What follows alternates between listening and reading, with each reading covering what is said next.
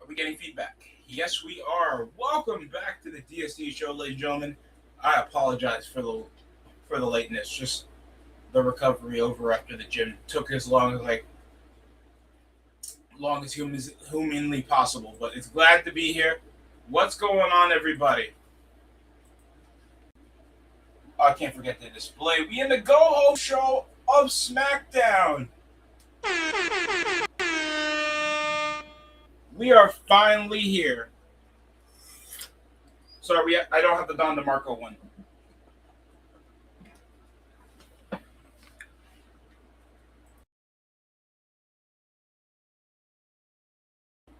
Other than that, we got some. I think the MFTs already had their match, and right now, I'm just seeing whatever I missed. I'm going to be commentating over that. If you don't know the big news, Paige just got re-signed back over to WWE as of many anonymous sources that are showing over on X right now. But I don't know if she'll be in a further, storyline. Well, her other alias, gimmick name, Soraya, after a stint over on AEW. Things didn't translate well after she won the women's championship.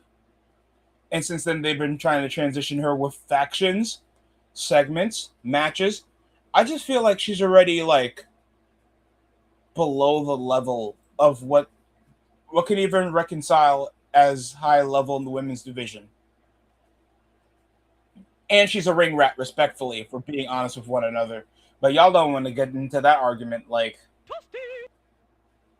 She kind of fought an afterthought. And I mean that in a double entendre. Because Paige is more more recognizable for sleeping around with WWE superstars than your matches you probably think you remember, if we're being honest. Del Rio, Xavier Woods, Brad Maddox.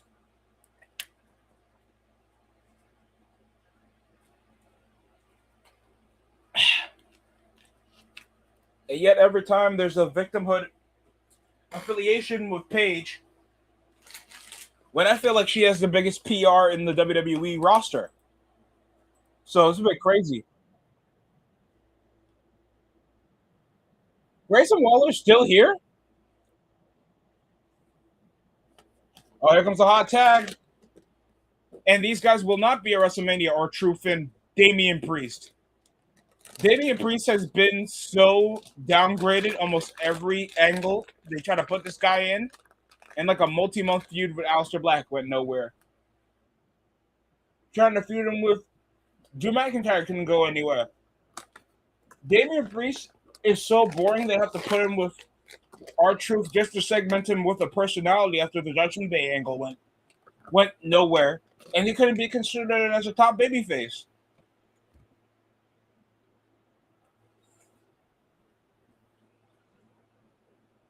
He wants to affiliate like a powerhouse with luchador style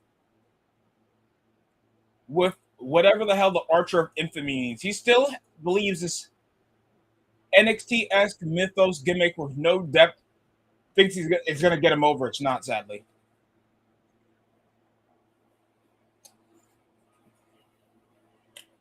So instead of Xavier Woods and Kofi, it's Grayson Waller and R-Truth is on the New Day side right now by accident.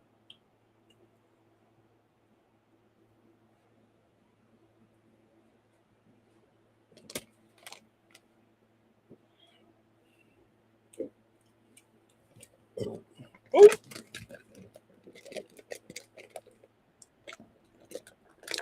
Oh, shoulder tackle. R-Truth building up the 5 moves of doom. Oh!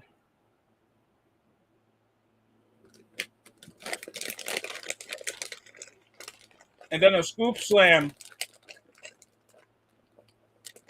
Both men trying to go for the 5-knuckle shuffle.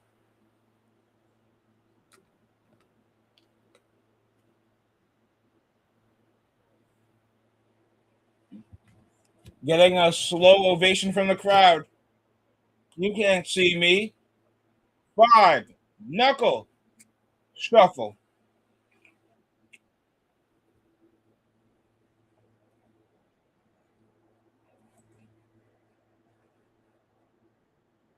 Mamma mia. 1, 2, 3, and Priest and R-Truth retains. Whenever you're on that ESPN podium, that means your ass is not going to be on the PLE. I still believe that.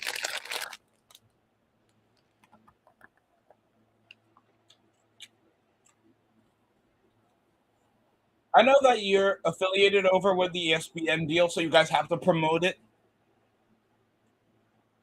But that's the equivalent of having a promo, and for the segment, you have to tell people, type www.www.wweshop.com almost every time to get your stupid merch. Even though you know damn well that's coming off the Fanatics tab.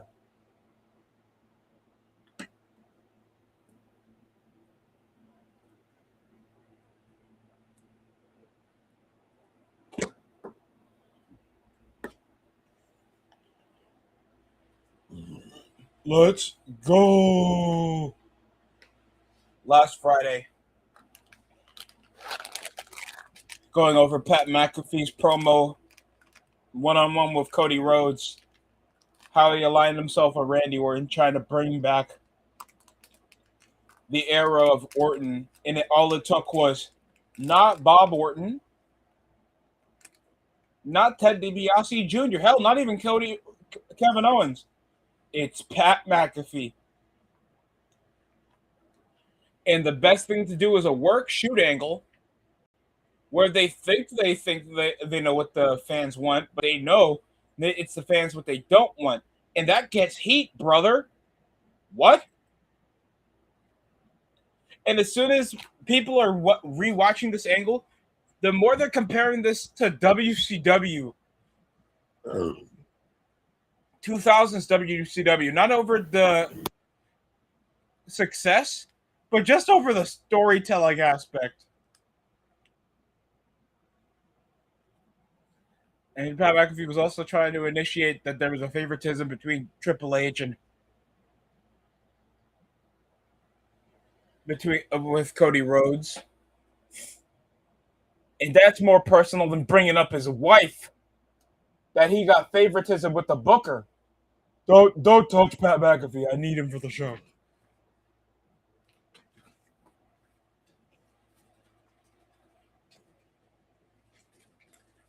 So we came from something raw and real and brutal with The Rock whipping Cody Rhodes, getting actual heat. To have the fans behind Cody knowing how unfair it is. With Cody Rhodes getting heat, with Randy Orton getting the heat, beating down with his best buddy Jelly Roll in the story. And look, I understand everybody wants to be different and be like, oh, well, Attitude Era wasn't as perfect as it seems. Of course it wasn't. Having media being a pop culture media affiliated moment like WWE in the Attitude Era was completely different to the monetizable shilling WWE has, because at the time they were cooked. I mean, would you really buy Borderlands Rhea Ripley skins taking over data spots over on WWE 2K26? Oh, and Pat McAfee. And it sucks too because I don't mind Pat McAfee in a managerial role.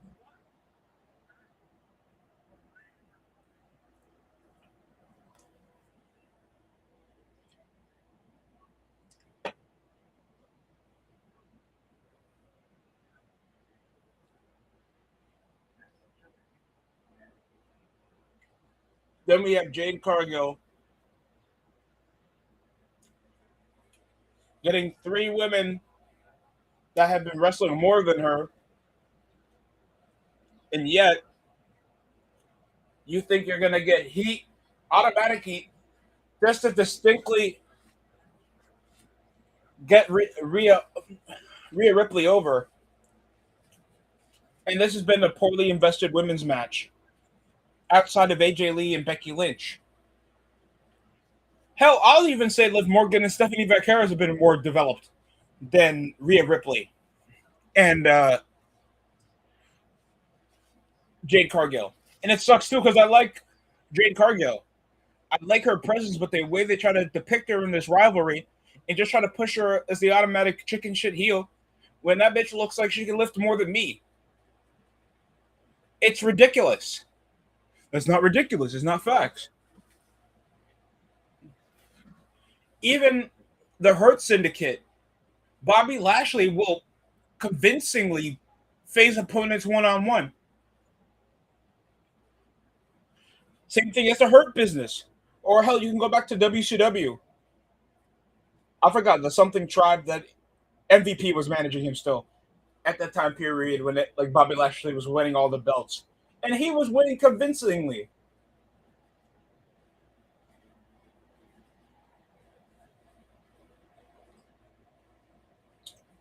So it's something you can't even have Jade Cargill have this assortment of contenders. And you try to thin out the division even more, making 2 mid-card belts.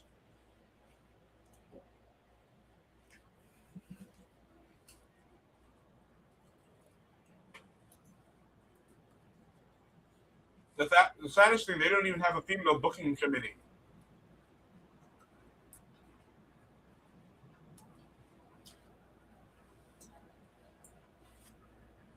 I swear, WWE get a threshold of, oh, what's popping, YTC?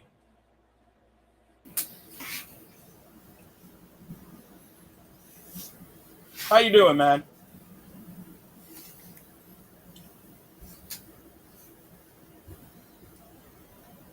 Hello? He's probably getting ready. I'll give him. My shoulder is killing me. Last time I'm trying to sleep properly. Oh my god. I was actually here for the longest stream. Oh, I apologize. Yeah, I was actually here backstage the whole time. But yeah, I'm here.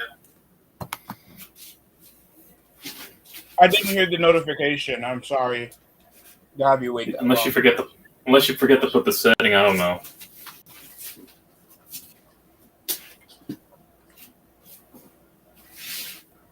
There it is. Now I had it. And it was on my because it's on there. Yeah, you always gotta have that setting on. I always have that setting on StreamYard. But yeah. What's going on? Yep. You're right. I was just hearing your rant about the whole Jay Carco thing. Yeah. That's like giving Brock Lesnar fucking what? Kai-En-Tai or fucking J&J security to beat up his opponents? That makes no sense when he's a literal powerhouse. It's like now you diminish the monster heel facing off against the female megastar. Right. And now you're automatically burying her. How are you supposed to make Jade Cargill convincing on Rhea Ripley level when Rhea Ripley is literally known as the Eradicator? She demolished fucking female groups by herself without any help alone. She's more convincing than fucking Jade. That's how you know. Yeah. Rhea. And Rhea's Lee too. And also, not to mention, Rhea got Lee because she was off her medication because of an injury. So she couldn't stay on the juice for as much. The PEDs, whatever she takes to get her muscle mass. So and she still looks more fucking convincing, even in a leaner, stronger physique than fucking Jade. How is she more convincing? Still even more lean. That's what I'm saying. A lean Rhea, not even at her peak on fucking muscle, atrophy. It's fucking more convincing. I got the SmackDown stage background.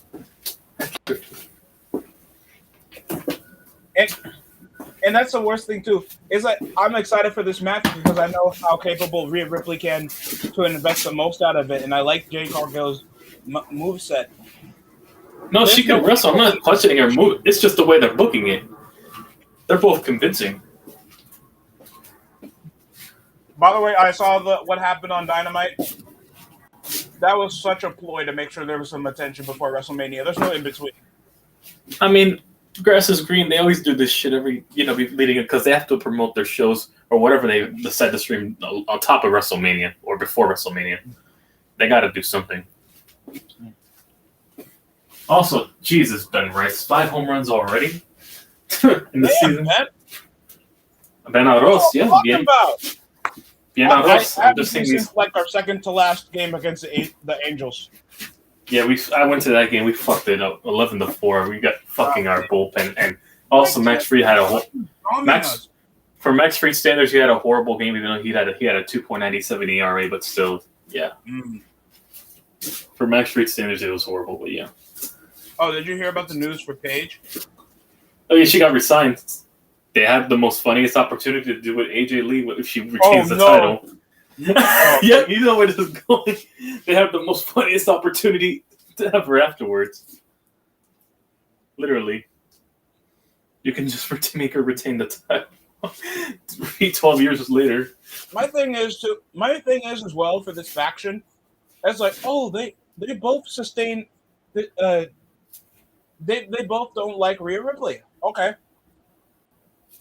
B-Fab has been a manager for most of her time since Hit Row in the Street Profits. Yeah. Meacham has been nothing but catering and jobbing out for the Women's United States Championship. Oh no, Meacham, she's just basically she's a future trainer. She's not someone they're gonna put the main event around, but she's someone like a Chelsea Green, but Chelsea Green's much better because of the mic work that you can work around like a veteran. You can work around her, but she can wrestle too. She's basically a discounted version of her. Chelsea Green for a women's title match. No, she likes to compare herself to the fucking Chelsea Green, and I see why. She can talk on the mic no matter how much she loses. She finds a way to, get herself on TV and entertain the audience on a consistent basis, regardless. That's just the whole entertainment that it compensates a lot for entertainment. Thank you. Because Chelsea Green gets it. She's a worker. Yeah, she knows she's not getting any younger, so she's definitely relying more on the mic skills. So that way she doesn't have to overkill her, body in her late 30s or early 40s, I think, something like that. Getting around that. So it's not the same, She doesn't make herself aesthetically niche, but she makes herself like a character. Yeah, she's... Or at least she's more recognizable. As long as she's entertaining, she'll always get, TV angles and spots. And that's the biggest thing in wrestling, to grow. Getting those TV times and getting, experience, that's how you grow as an asset to the company years later.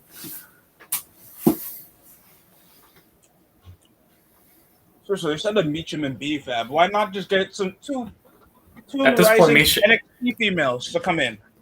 Listen, what's going to happen is, I'll spoil it right now. In about a few months, B-Fab's probably going to get released again, and probably a year or two. After WrestleMania or before SummerSlam? Before SummerSlam. But for sure, they're going to release her, and they're probably going to fucking put Meishin or Mia Yim probably after she puts in like a good 3 or 4 years, they'll probably release her and she'll become probably a trainer or something like that in the PC. Be one of those, or a backstage rollover when, I don't know. Or worse. Working productive. TNA Knockouts champion. That too. She might show up every now and then, but overall, I think she'll be a trainer. That's really it. She'll have the same reputation as Tenille Dashwood. That and also Wesley Blake, who's also a trainer now. Half of those guys that were in NXT become trainers, like him. Yeah, your black and gold era is like, you're great trainers, brother. I mean, Yeah, that's literally what DIY is going to be in all, and the rest of the members of the Undisputed Era, specifically Kyle O'Reilly and Roderick Strong. Really, they seem the type to be trainers. And if you don't know how much Johnny Gargano's more compared to Lance Storm than he is Shawn Michaels. And Black and Gold fans will never and that's agree. nothing wrong. There's nothing wrong with being a trainer, or like being one of those guys that gets other people over.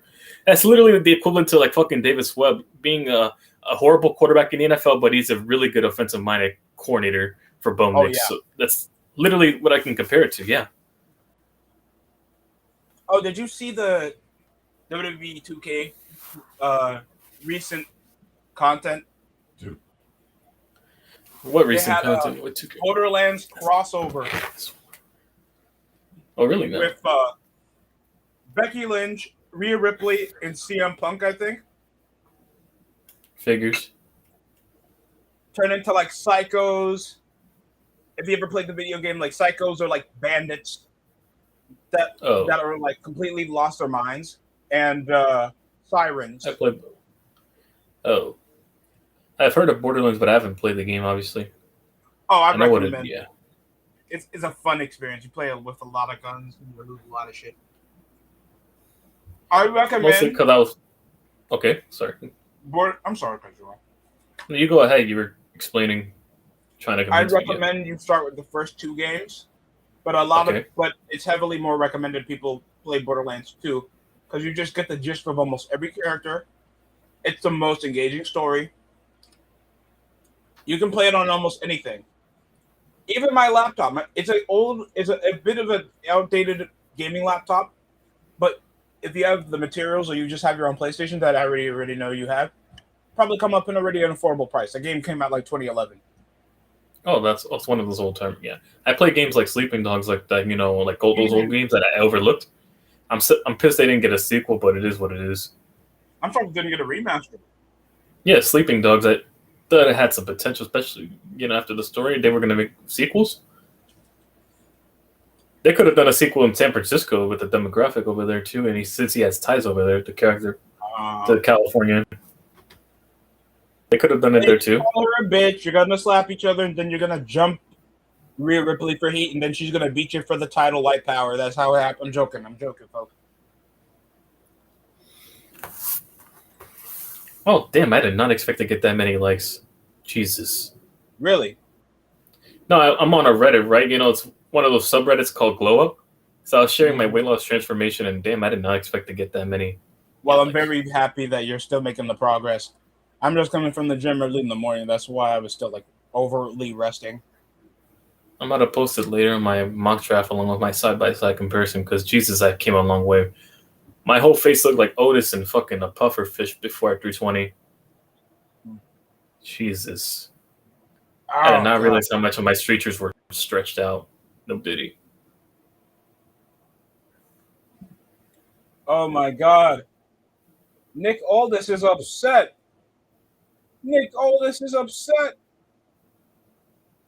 It'll be Damian Priest and R-Truth versus Kofi Kingston and Grayson Waller right now. To a no pop. Shut your bitch ass. I'm sorry.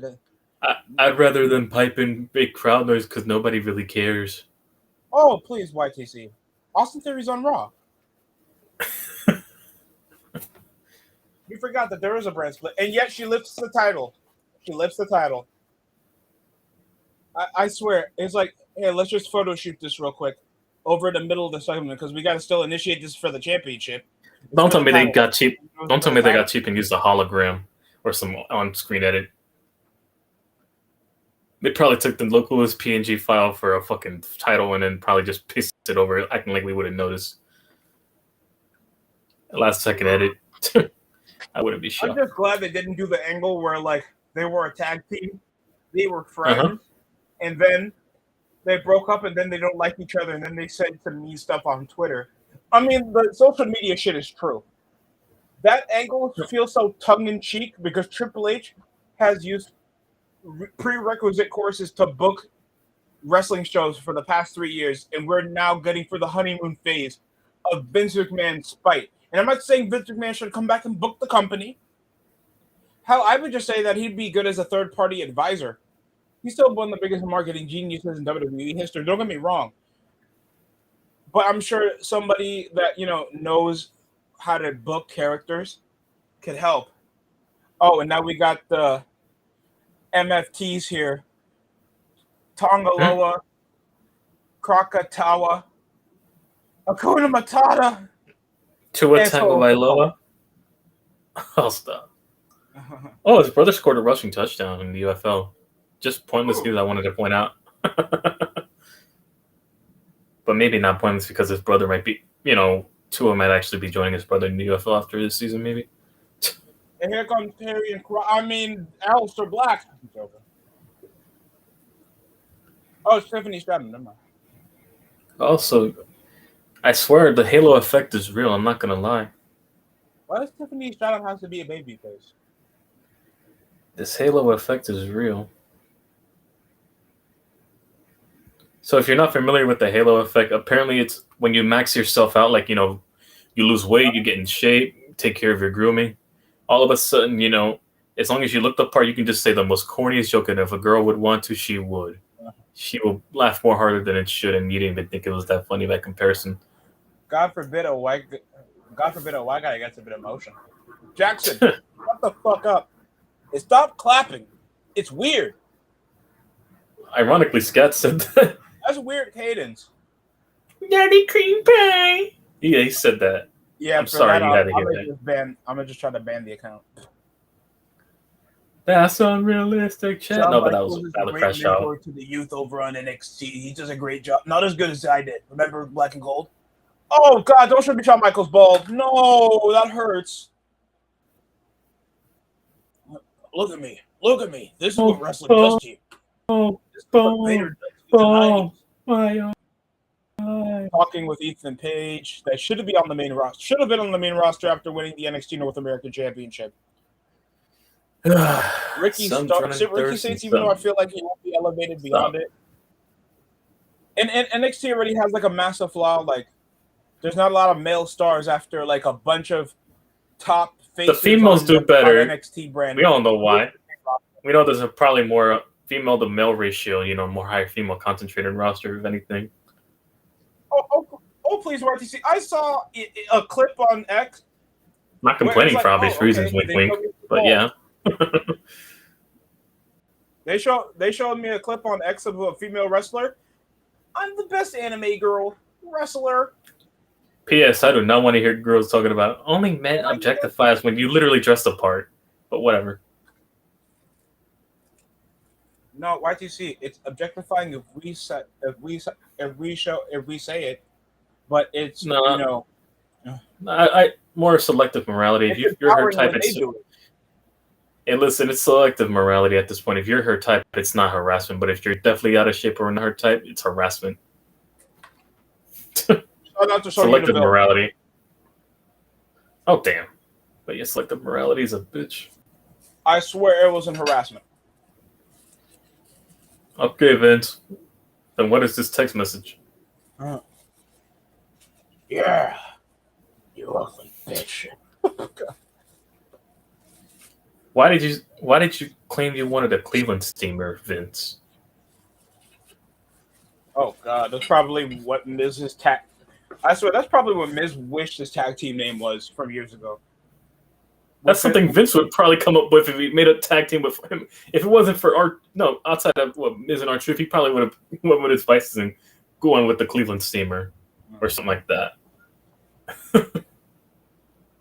Jesus. Damn, Vince.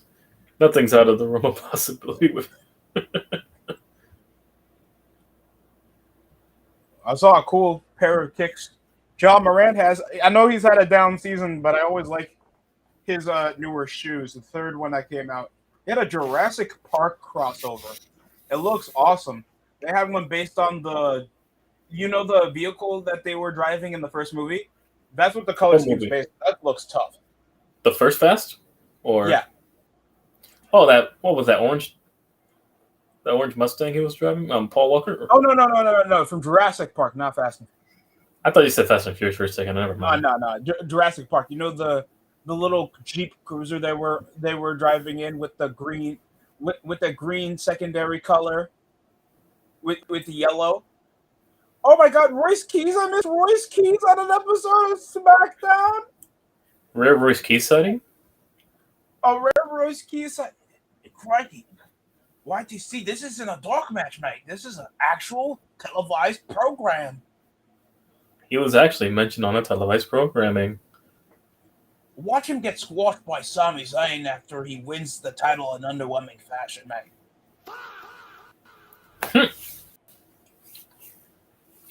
I still feel like they'll still try to endorse Sami Zayn to be a Money in the Bank winner, win the title.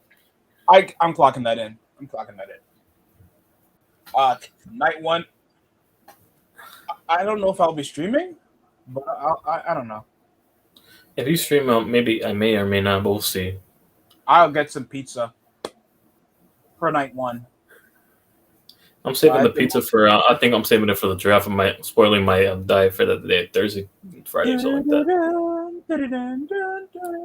I'm already down to 246, so I've earned it back because I gained it. Was a reclassified motherfucker. I already dropped down 14 after I regained all the holiday weight, but now I'm back down. But yeah. Hey, households are no joke when it comes to food. That shit will make you overeat more than you think, and over the holidays. Oh, YTC, we got Dion Dawkins here on Friday Night SmackDown. Angelo Dawkins, I'll stop. No, Dion's That'd be funny, but yeah. And he got his $800 Bills designed WWE title. It's Tiffy time. It's Diffie time? Yeah, I know. Julia's the women's US champion? Bro, do they even let this bitch have promos? I'm still trying to get the hype between Julia. No hate to Julia. I'm sure she's a very talented female wrestler. I've seen Let me guess. Kiana fucking James is getting more over than her, and she's her manager? Yes. Oh my God, that tells you enough. I mean, she's a very beautiful, light-skinned woman, so I don't blame the audience, but still. They'll still depict the language barrier when Kairi's saying Io Sky and Asuka gets more TV time than them. Io Sky is getting more TV time and getting in a crush angle with fucking Rhea. On the roster. Here comes Jordan Grace coming back from injury. You want to know what I've learned in my lifetime, and also in the last couple of years? Anything with scarcity and mystery is treated with the utmost kind of type of attention. If you want real attention, you can still get attention by being quiet and being efficient with your words when you do speak. That's the mystery that drives people, towards you as a character. Shit, why do you think people were intrigued with fucking when Kane, when he barely spoke, when he needed a voice box, and yet they were intrigued to hear what he had to say when he was actually spoke rarely? Or even Brock Lesnar right now, he hasn't spoken, outside of Paul Heyman as much. And now they still were intrigued when he finally spoke up, seeing Brock talk that much. And hell, Brock Lesnar was doing promos by himself in the 2000s. People keep forgetting, Brock Lesnar, he wasn't outside of Heyman being his mouthpiece, yeah. But he was legitimately speaking about promos. I still remember his mariachi band segment when he was feuding with Eddie Guerrero back in 2004. I will say about Brock, I never thought I would relate to Brock, actually, but hearing how introverted he really is by comparison to his stature. And you guys got to stop, depicting, oh, well, he's not like any good can talker like but he does not have, not every superstar has to push over a long-winded, articulate promo to get over. The Ultimate Warrior was one of the biggest stars of the 80s. Want to know how you could also tell a story? Your body, in-ring psychology. You sell an injury, you sell an emotion, you sell frustration. Like when you thought your finisher was going to put them away, and when they kick out at 2.5. That art has been gone, selling the finisher. Yeah, selling the finisher, selling the frustration, and thinking you had the match won, but they kick out at the last 0.2 second before they hit 3 out of nowhere.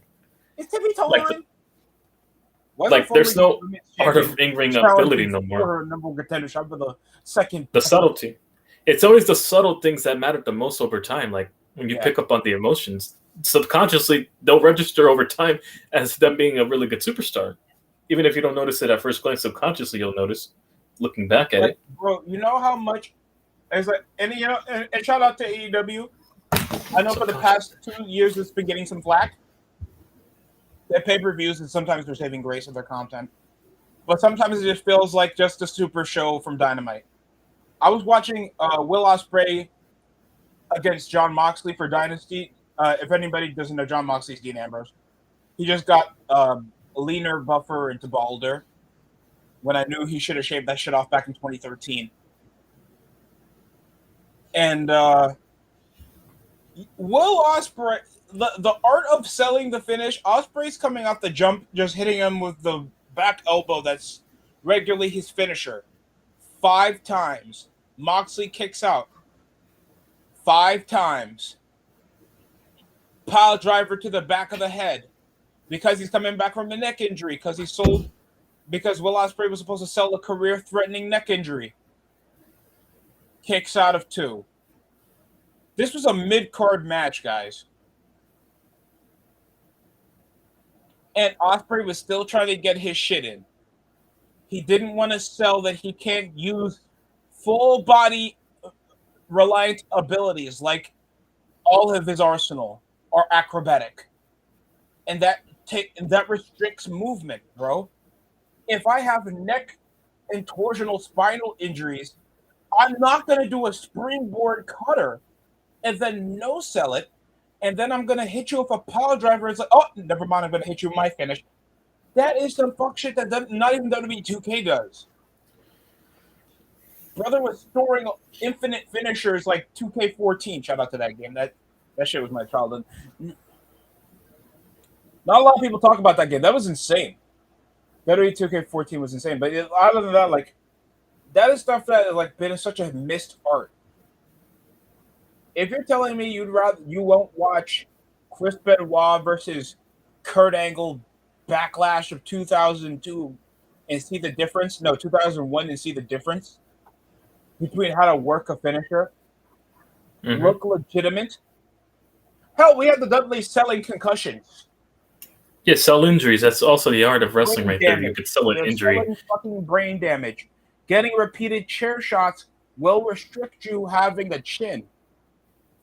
And also the psychology, the outside exterior elements of the promo, elements of the storytelling itself, factoring in the match when it matters the most, and also the in-ring psychology of frustration and also anger and also desperation. You could see it in their face. They knew how to tell a story from that place of from those feelings, and that's how you connect more when you see those reactions on their faces. And now everybody's like, I do what I want. I'm the main event of the story. That means every match has to be 20 plus to 15 plus minutes. Nothing has to feel forced. Nothing can't be. You're still gonna get paid the same money. You know what gets you fined? Back, you're getting at least $1,000 fine just for getting over 2 minutes more time in the match.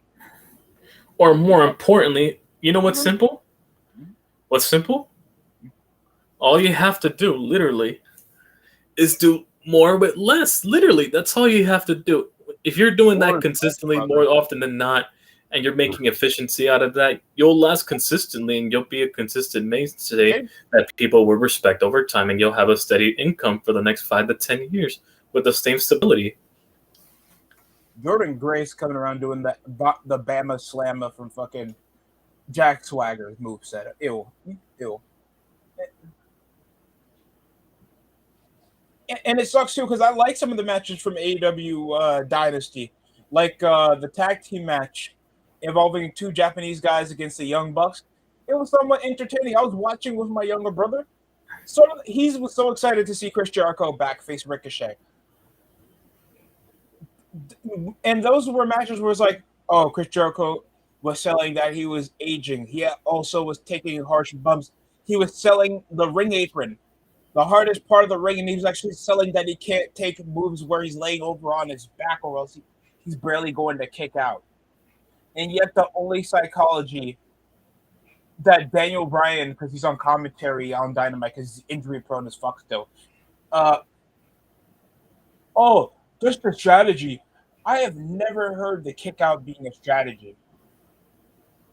The art of the kick out, YTC, if you just don't use much of your shoulder, You could save more energy.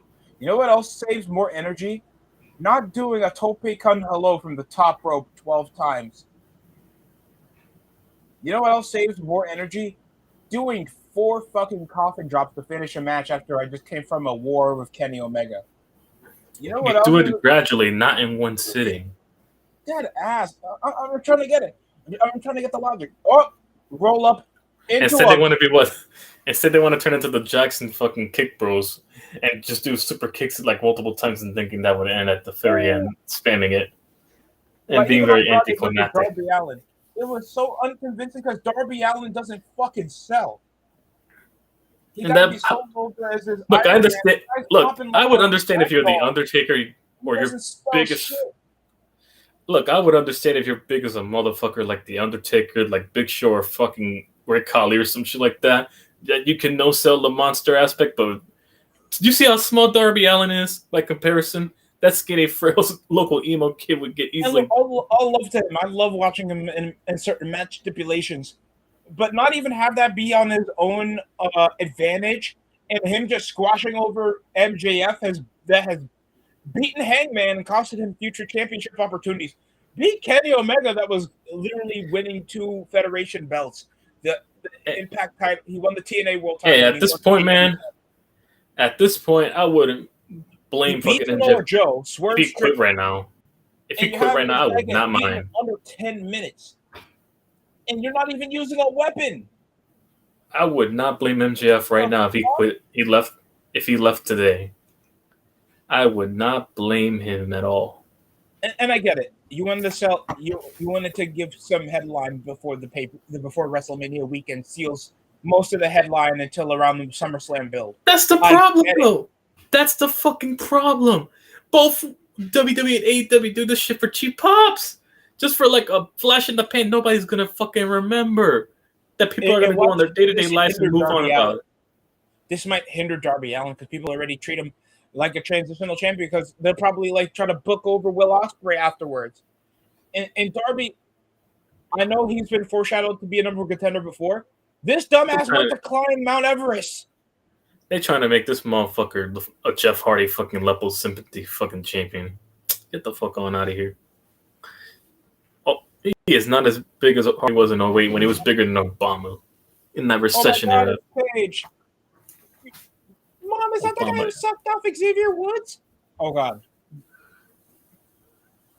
You mean Brad Max? Where? Is that Brad Maddox? Oh my god, Doc Rivers retiring. Oh no, let me just play it in the Oh no, have you seen Brad small Maddox bit. recently? That motherfucker gained weight, I think. Who, Yeah. Doc Rivers? No, Brad Maddox. Oh, he gained weight? Yeah, man. I mean, that was from over 10 years ago last time I saw him, so it's like, that would be expected, I guess. But yeah.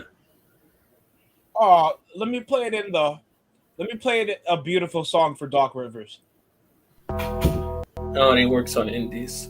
Fuck that guy. You Stop. being a former Nick means nothing to me.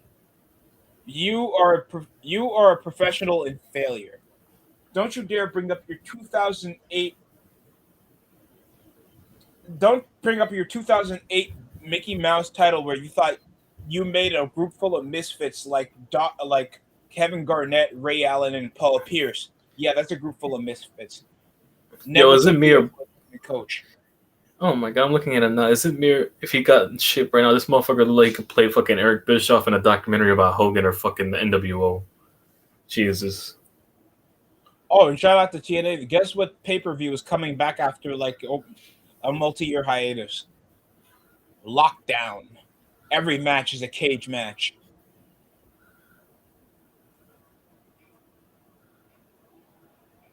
Ew, no, that can't be real. That cannot be real. Anthony Edwards shaved his head. That better not be real. No way. Oh god. They're really trying to make those Michael Jordan. If that's real. Are you serious? I'm looking at it right now. He is bald. New look Ant. Yeah, he's bald. Bro. What? Oh, yes. Nah. Yes, it's all over the look. This man really wanted to cosplay Jordan. Look at this. See him turn on my camera. You see Well, it? he has the baby mama drama to begin with. Look at the. No, that can't be real. This man trying to aura farm Jordan. I'm gonna check his official account. I don't. Bruh. This man thinking Jordan.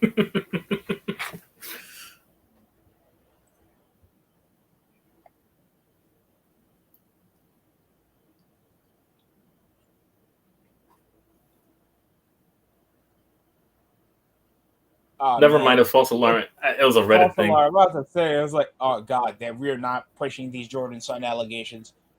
But still, he had a bald look a year ago. To be fair, he's more he would be a more reasonable son of Michael Jordan than the actual sons of Michael Jordan that didn't do shit in the league. Respectfully.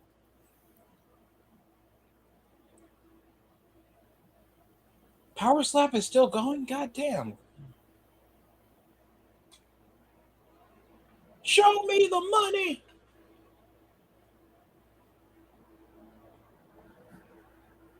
Nick Hogan with his big-titted wife, 10 out of 10 for Nick Hogan. With tattoos, redhead, gotta love it. 10 out of 10. And that was Dad with his mistress when he was over in Atlanta. Whoa. Oh, and shout out to Drew Brees, folks. I think you know. If you know why Drew Brees is getting a shout out today. Guess who's wearing gold, but he's not wearing the pads? You know what that means, YTC? What? I said he's wearing gold, but he doesn't have to wear the pads. He got his jacket. Tuh. Drew Brees going to the Hall of Fame, baby. Oh, he really? Yes, he got his jacket. So just shipped to him. Oh, damn. Congratulations to Super Bowl legend Drew Brees. I still remember my franchise mode I had with him back in Madden 11. Figures. Hey, I thought I was going to do something with Marquise Colston. All I had to do was get another decent receiver. Whoop that trick! Whoop that trick! I was mostly spamming Robert Meacham and Jordan Cameron. And Madden 12, of course. I got Marshawn Lynch for cheap. Fuck you guys. I'm sorry. Yeah, I got Marshawn Lynch for cheap. I don't regret a thing. I love when you can go to the old franchise mode. It's like, oh yeah, AJ Green's going to be a Pro Bowler, and I just need to steal him before his rookie deal. I mean, sure, he that same Marshawn Lynch that ran over that entire Saints defense that won 7-19. And no offense, if we're looking at I don't want to say 2010s wasn't a stacked receiving class for great receivers. What year? For the 2010s. Sure, OBJ, Julio, AB before the CT, over the 2000s. AJ Green. I mean, Fitzgerald was nearing his retirement. People keep forgetting how good Julio Jones was. Oh my goodness! If he had some silverware under his belt. More importantly, they forget how good AJ Green was before fucking Andy Dalton. Yeah. Prime Megatron can't be replicated. Sure, I know Megatron right now would wish to play with Curtin Stafford right now. After he's grown. That man cannot be I hate to say this. No, imagine he was on the Rams right now with fucking Curtin Stafford and he was in his prime right now. He's just with Puka on the other, even Golden, if you want to go a bit deeper, you can go Golden Tate. Stephen Smith Sr. Stephen Smith Sr. Odell Beckham was an all-pro for his stint. Yeah. Listen, he was a top 5. He was top 5 at his position when Eli Manning was throwing the ball by comparison to Baker and fucking Stafford, and he won a Super Bowl, so that tells you a lot. So yeah, Antonio Brown as well was phenomenal. And also, Lamar too throwing on the ball. And he still wasn't a psychopath. He was he was pulling out all Hall Also, of Fame please sign numbers. OBJ. Also, please sign OBJ Heights. So fucking ass along with Oh, fucking Slayton. and little Yachty, the little sniveling hoodlum. Whoa, no, he's an actual. Why am I so convinced that the washed current OBJ would be better than current Slayton and fucking High right now? That's how bad it is. Current. Oh, and Michael Thomas, if you want to go a bit deeper, but he was overly consistent, but he was pretty decent. It was before the car accidents. I mean, this fucker's been hospitalized ever since. That fucker's been hospitalized ever since. How did fucking Brian Many Men fucking Robinson get shot multiple times and still came back before him? Shot.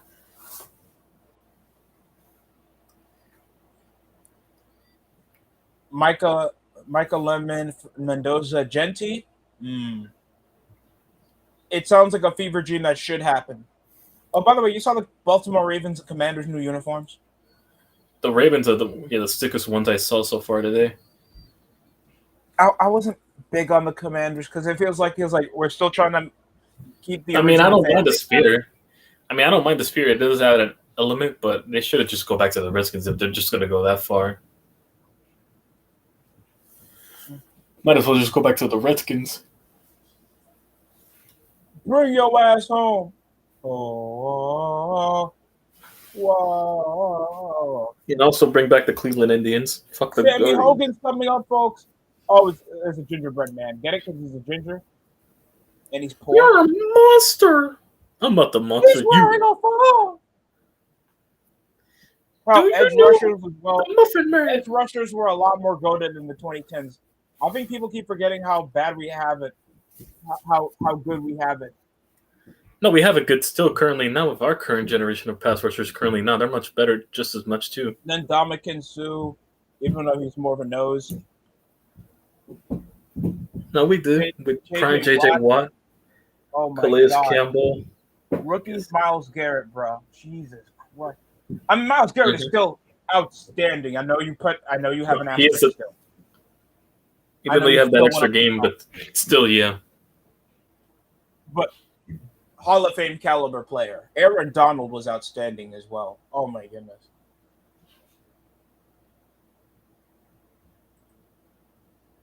Oh.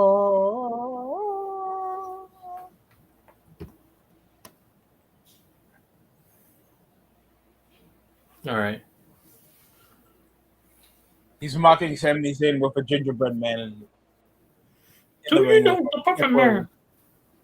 Do you know the Muffin Man? Kevin Owens. No, the Muffin Man. The Muffin Man. He's married to the Muffin Man. Do you know NBA ball knowledge? Bobo? Do you know who Dyson Daniels is? Who? Frank Ntilikina?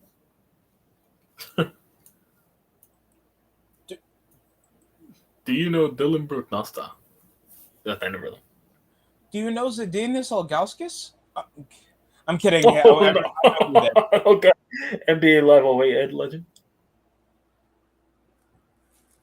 Matthew Dellavedova isn't ball knowledge. Jordan Bell is ball knowledge. You don't even know WWE's ball knowledge. No, Langston Galloway. Langston Galloway. Bobby Portis? Nasta. Ooh, that's a good one. Robert Covington. David Lee? Nasta. No, I think people wouldn't recognize David Lee. No, just my next trauma. But yeah. Tyson Chandler also. With my lemon pepper steppers. JJ Barea, now stop. Oh, no. JJ Barea isn't ball knowledge, YTC. JJ Barea isn't ball knowledge. Don't even say Brian Scalabrini's ball knowledge. It's not ball knowledge if he has his own TV show. Maurice Stoudemire, Tyson Chandler. Yeah. Jalen Rose, obviously. Jordan Teague is ball knowledge. Isaiah Thomas, obviously IT. No, also another one. Kyle Korver, Rodney Hood. Oh, no, that's not ball knowledge. I got ball knowledge, YTC. Hold on. Shout out to RDC, Nasta. Rodney Hood. Remember, it was all because Rodney stepped up I'm gonna keep that for. That's all I'm gonna remember Rodney Hood for outside of the bench. It's because Rodney is stepping up. If y'all don't win no more than 30 games, it's because Rodney stepped up. About 50 after we cut him. Remember, if you don't win no more than 30 games, right, Brooklyn? It's because Rodney stepped up over there. It's because Rodney stepped up over there. You didn't win no more than 30 games. Rondé Hollis Jefferson is ball knowledge. I still remember those shitty times with the Nets. When it felt okay to be a fan when they were asked. Or D.D. Gregorius. I'll stop. Oh, God. Oh, yikes. The watch the rule, this Chapman. The fucking final years of Brett Gardner.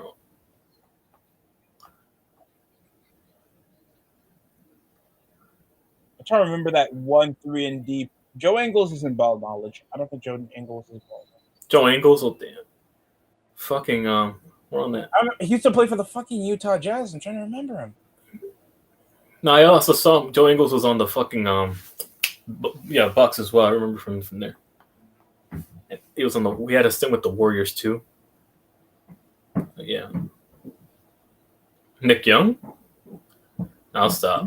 Nah, everybody knows who J Smooth is. JB Smooth is. If Nick you're Young, you guys know. Nick Young, his wife was more popular than him, but whatever. Anyways. Oh, respectfully. Oh, you mean Iggy Azalea? Shout out to D'Angelo Russell. D'Angelo Russell. Oh, damn. Denzel Valentine is ball knowledge. Hang on. D'Angelo Russell, you mean the Darius Slayton of the bench? Oh, wow. Yeah, I went there. Wow. Darius Slayton level, yeah. You know what's ball knowledge? Denzel Valentine, that's not the shot, is ball knowledge. Thon Maker's ball knowledge. Tyler Eulis is ball knowledge. That random bench player that can somehow average 20 when I used them. Patrick McCauley. No wonder we won. Cam Schlitter was pitching. Okay. Finally something that worked. Cam Schlitter, finally. Well, that makes sense. Stanley Johnson's ball knowledge. I still remember you with those times. New York runs on Cam.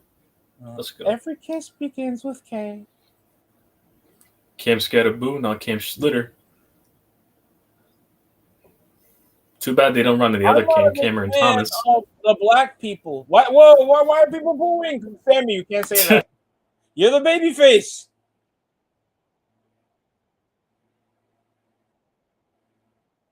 Oh, you calling a man with lemon pepper steppers a rookie?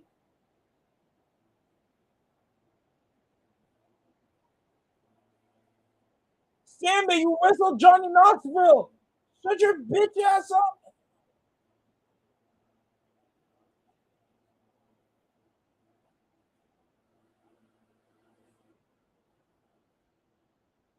Con Knipple could.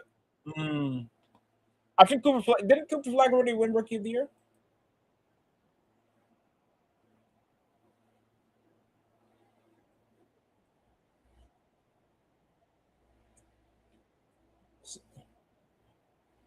Oh, your breath still stinks?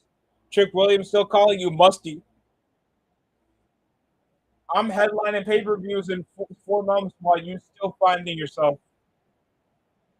Ooh, Trick Williams roasting the shit out of him.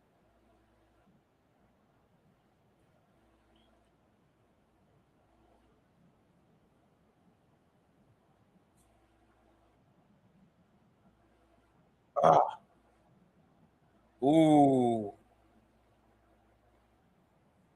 God forbid Trick Williams gets a bit of motion. And Sami Zayn's like, oh, you're booking the black guys now, Hunter? That's not how it works. Sammy, this isn't Black and Gold NXT.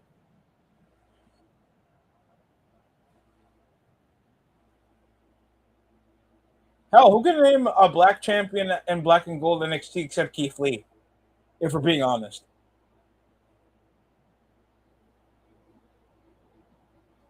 Yeah, I think Keith Lee was the only NXT champion. He was like the first NXT North American and NXT champion, I think.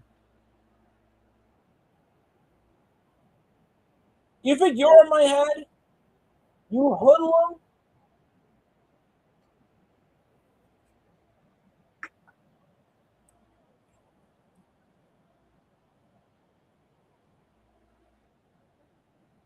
Bruh. It's either that or the This Is Your Life segment again, Sammy. I'm gonna just keep it a stack. That segment with you and Bobby Lashley was worse than my last therapy session, if we're being honest. I'd rather watch Trick Williams with a gingerbread man than any This Is Your Life segment from the past decade.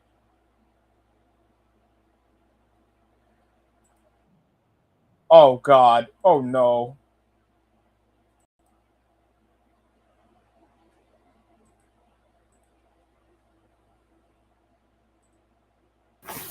Oh, we won. There you go. 4-2. Yep. Official Let's now. 4-2. We go. won.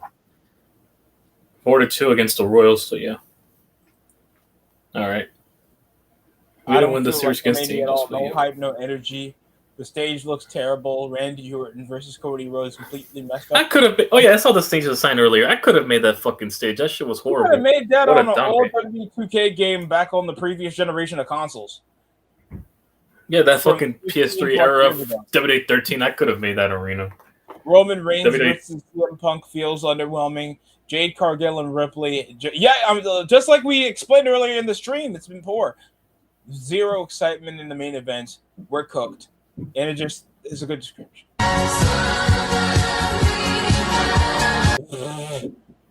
What?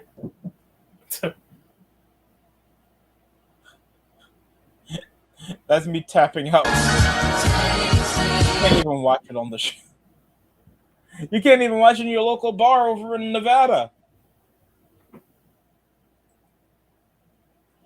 Trick Williams comes hoisting the championship. Could this be a foreshadowing to come after taking down Sami Zayn and the Gingerbread Man? Fuck that Gingerbread Man. Don't ever disrespect my lemon pepper steppers. And here comes Cody Rhodes coming out of his bus. Looking like Didka's privileged. He's looking like Mike Didka's privileged son coming over for a visit so he can help with the JUCO team.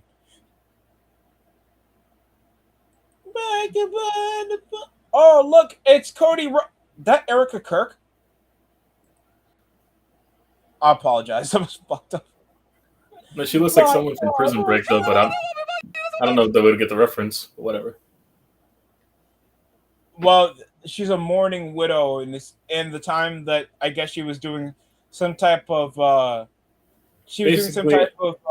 public. Hey, listen, morality. If any girl with blue eyes that are crystal blue, not regular blue, crystal blue, she's probably evil.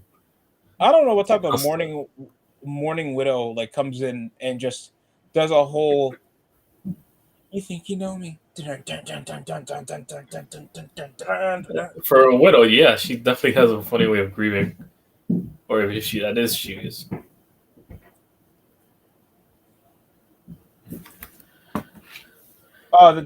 Did the play-in already? Did the play-in tournament already end? They're saying that the Hornets lost. Tuh. Oh, that stinks, man. I like LaMelo Ball getting the Hornets getting back into the playoffs, but I understand the Magic has a lot more expectations. That girl on the They've been really underwhelming this season because Paulo Banchero is too inefficient to be in a high volume role, if we're being honest. He's a 2 on most teams. He's another Tyrese Maxey, basically. Hell, Tyrese Maxey's better than Paulo Banchero for keeping in a stack. He's not a superstar, but he's a well-known contributor. But he's not the main guy. Hey, YTC, I can understand that, but it's like I've seen Maxey take over games, like how he pushed that overtime with us and won the game while averaging at least 30 to 20 points when we played them in the playoffs last season. Like Tyrese Maxey is already a proven all NBA talent. Where I don't think but he's not a widely recognized superstar by comparison or name brand. Yeah. So we're coming from. Oh yeah. We're still getting stage comparisons. Hold on. Everybody remembers WrestleMania. This was WrestleMania 34. Was it 34? We were in Orlando. No, we were in New Orleans for 34. 33 then. The Hardys came back on the stage. Mm-hmm. Look at this, where there's actual thought, creativity, and a personality on this stage. It looks beautiful. And then you look at this. Community Creations could possibly find a better chance to make a better stadium than this. What the fuck is this? Absolutely abysmal. Yeah. Let's just put LEDs everywhere. I also got to give me some clips. LEDs, gang. Hey, listen, now that I'm only doing the Giants, I have a lot of creative liberty, so I might get creative with the sound clips. Definitely I'm going to get creative with this way this team's going to rage, baby. God. Well, look at this, YTC. What? This is WrestleMania 33.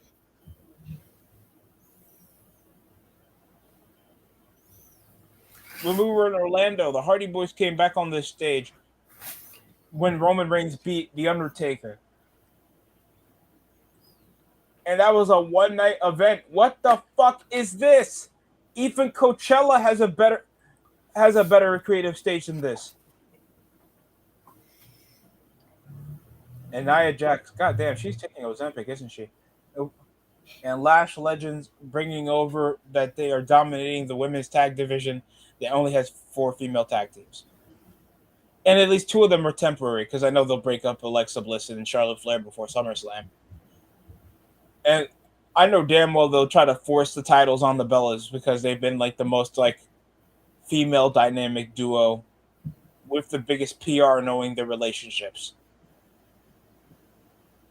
And Charlotte and Alexa don't even need them. They already won them before and they're already like decorated females. And Bayley, this would be your only shot at relevance still because you're probably the most undermined female. Oh, we got another guest.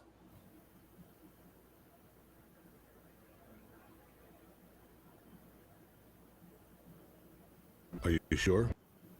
Yes, I'm sure. Please welcome. Oh wait, let me wait for him to get settled. Well, I know it's not John hearing that voice right now, so it's someone I'm not familiar with. Oh no, it's not. It's not John.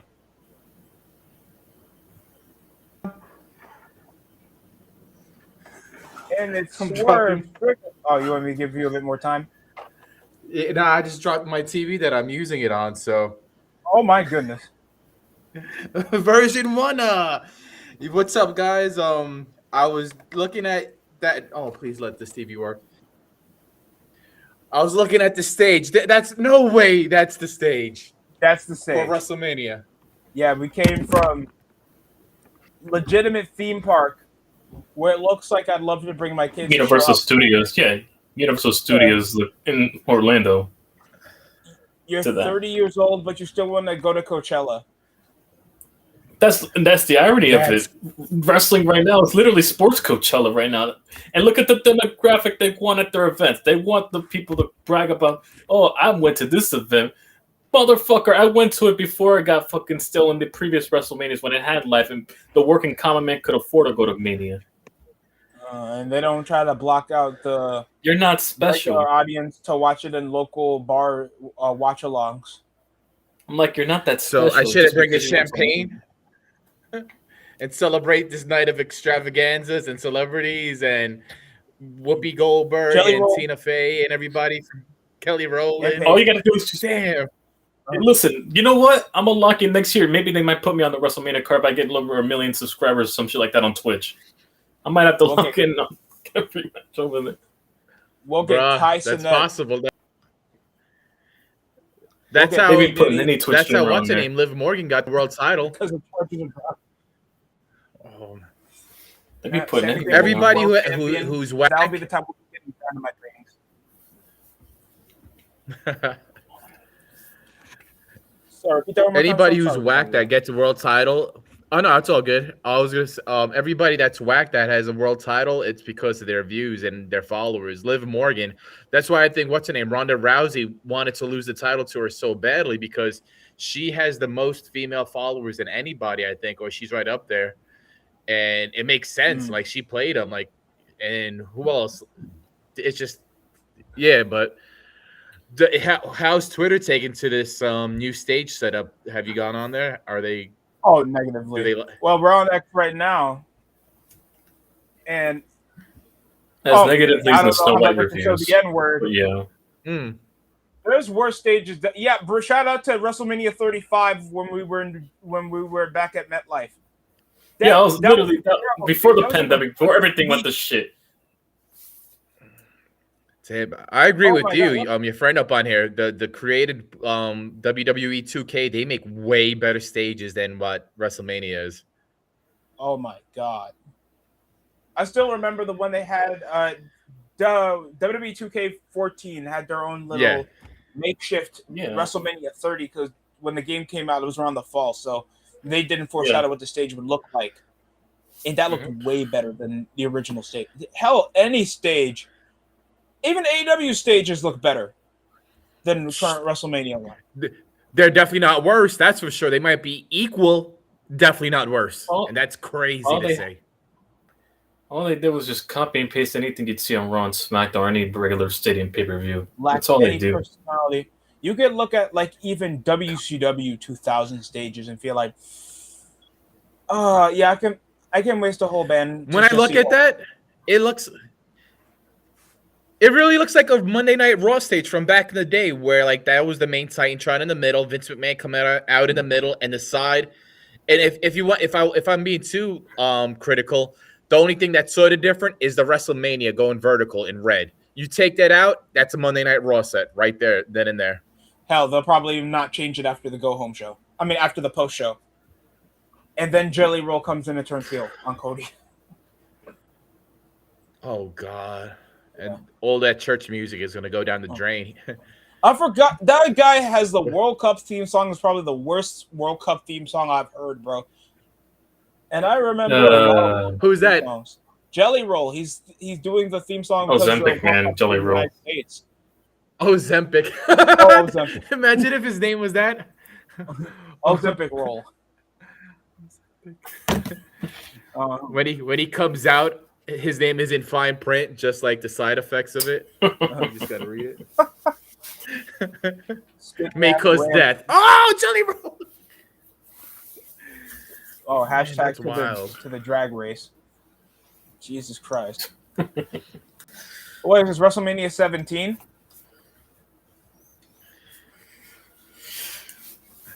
The lamest one, I think, is WrestleMania 10 at MSG, where they just had the doors open up. How is something practical much better than not a WrestleMania stage? That's not a WrestleMania stage. Oh, no. God damn. As long as they didn't show a plane. Oh, well, there it goes right there. You're telling me Andre Drummond is best WrestleMania stage? It's probably 24 for me. I think it's or 20. Hell, last year's WrestleMania stage was pretty good. If we're being honest. And also 39, also the Hollywood, that's also in my top 5. The 139 Hollywood. Yes. Was nice. With the movie theater. Yeah. And and Roman Reigns and Rey Mysterio's entrances. Those were cool. There wasn't a single bad entrance. Dominic Mysterio came out in a police paddy wagon. You had an Edge with Metallica switching over. Shayna Baszler still alive? And of course, I love WrestleMania 21 as well with the Hollywood entrance. Hollywood. Oh yeah, they brought it up. They brought up WrestleMania 35 stage. It is just a big ass TV. That's just a larger version of the 2020 stage. And of course, I loved WrestleMania 22, even though it was in a smaller arena, but it was still practical. And it had all the the wrestlers on the. True. Yeah. Oh look on the banners. That's what iconic. Oh my god! Look at Solo Sikoa. This brother hasn't made any WrestleMania appearances since not even since Hollywood. Damn. That was probably his last WrestleMania appearance was probably in Dallas when Cody Rhodes came back. And I didn't mind the YouTube Mania. the one in 31 as well. Oh, YouTube God. Mania. With the play button, and they just stopped with the Roman numerals when they were in Candlestick. Yeah. Oh, God. Oh, but they're bringing up Obafemi just dominating. At this point, WrestleMania 40 was the true ending to WWE. At this point, you could just split the era from WrestleMania 0 to 1 to 40, and then just tell the entire story to WWE and not miss anything afterwards after that. What happened? Yeah. Well, don't bring up NXT 1 through 40. 205 Live, the Lucha House Parties, Retribution. Ever since Vince McMahon got fired, and Hulk Hogan died. WWE Hulk Hogan died. Paige. At this point, I only keep up on social media, really. At this point, after Cena retired, I probably retired full time. John Cena. I would have said John Cena retired, but I forgot you assholes still do Saudi Arabia shows. But what if I told you this, that Hulk Hogan will be dead, Vince McMahon will get fired, CM Punk will be the world champion and go to Saudi Arabia after that text? You would be like, stop it, that's impossible. I would believe that. First off, I would believe that more than actually believing him being the 2-time champion heading into WrestleMania. World champion once, right? I would believe that more than him going to WrestleMania twice being the main event with CM Punk with the way they did him early. Dirty. True. What craziness could happen in 2 years now? Like, we could have, like, Chris Jericho will be champion, is pregnant by Shane McMahon, and Obafemi. Royce Keys is is a tag team. No, they'll make Royce Keys a comedic wrestler. Oh, they're having the Andre the Giant Memorial Battle Royal, and everybody's getting a job. I'm calling right now. Stephanie will be. No, they're gonna make the most fucking crazy storyline or random. Danhausen's the father of Stephanie McMahon's child. Oh God, yeah. I'll stop.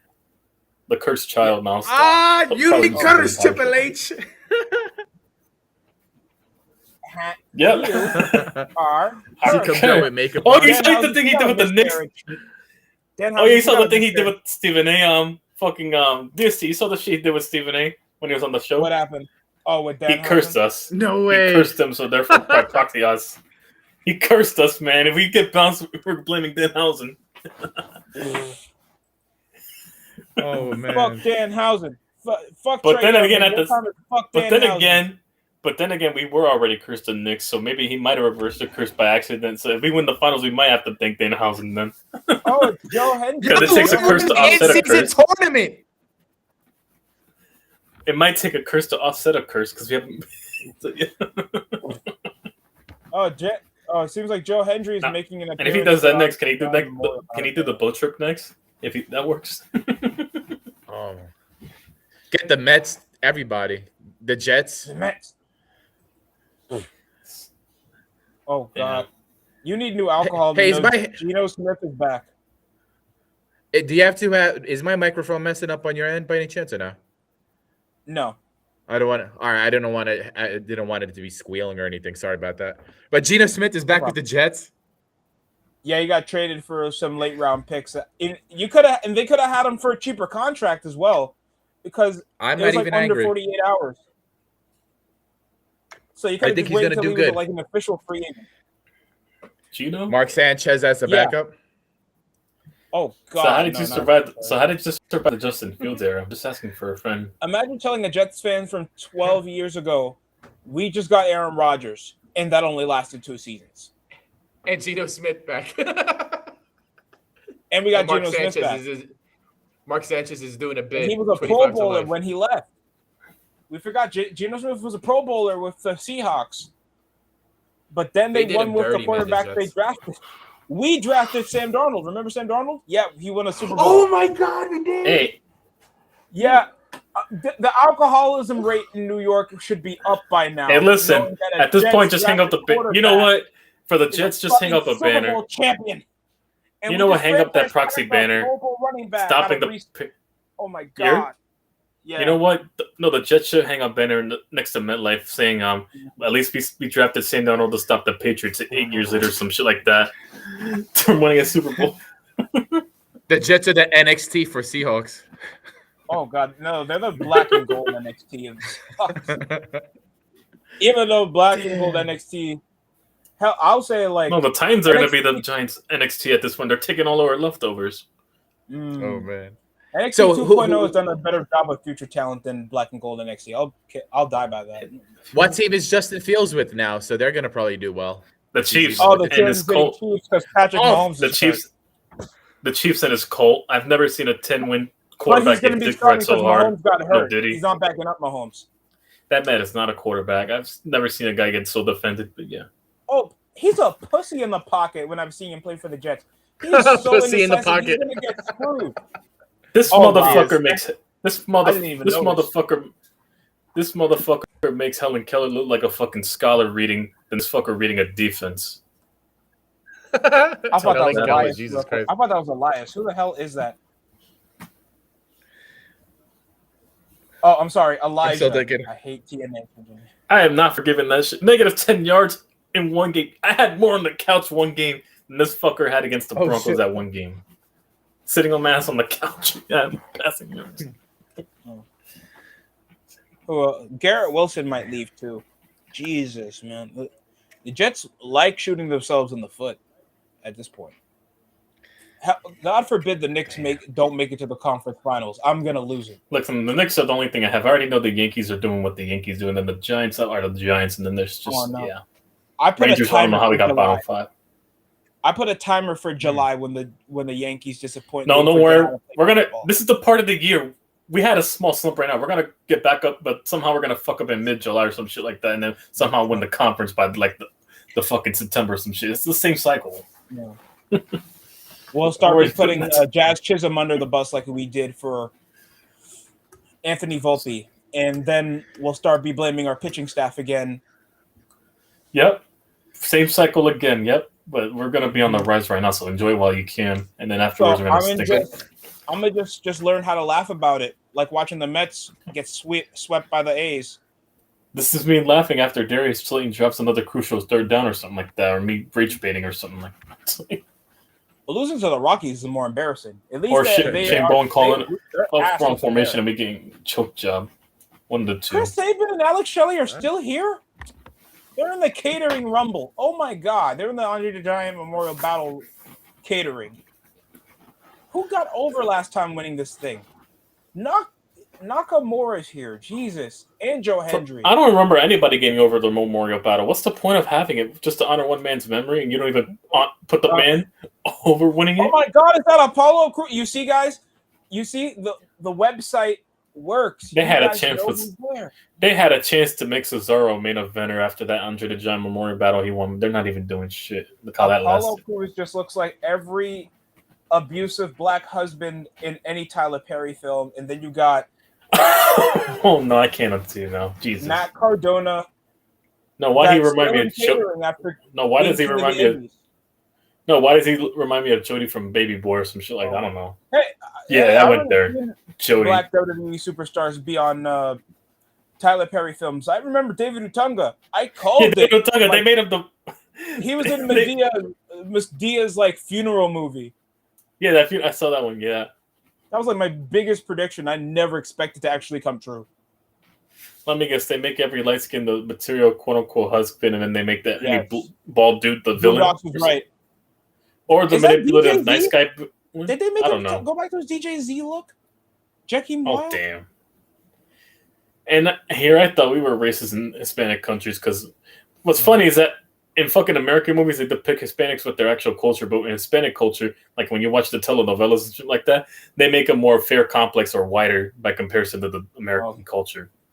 God forbid Vince in the 2000s saw what a Dominican looked like. Shoot, the closest. Well, hopefully the closest he got to was fucking Carlito with the Caribbean. I don't know, and he's Puerto Rican. Is that? Of course, I'm. How did you know I was Dominican, Pa? I know black. I'm Dominican. I'm no black. We got the smaller Andrade. I mean, Angel Garza.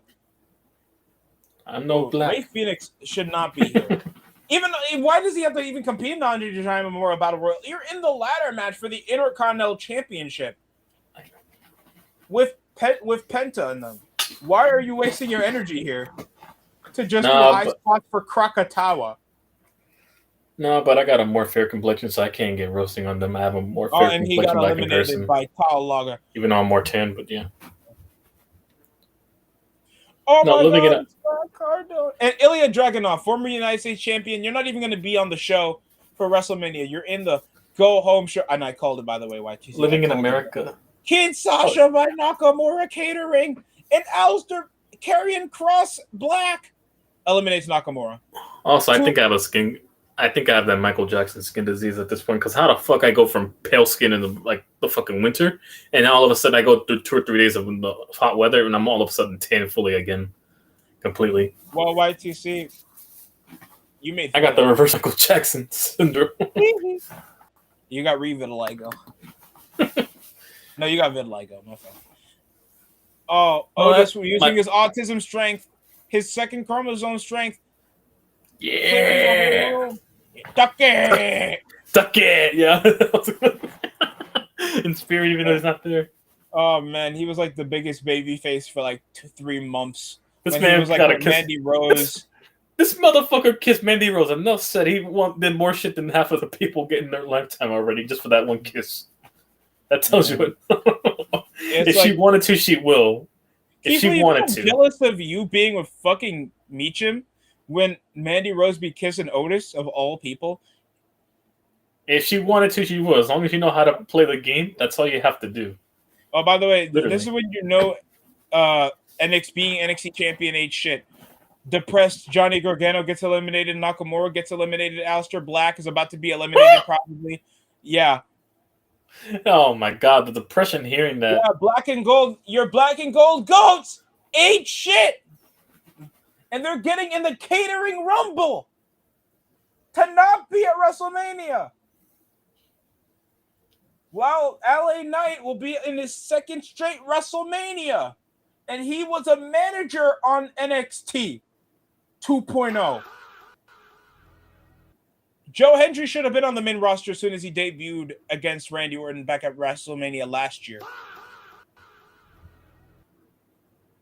You're still pushing over the narrative that winning the NXT title does something for you. Javon Evans is making his first WrestleMania appearance, and that kid was just always the second place starter. Oh, and Aleister Black, that's another NXT champion.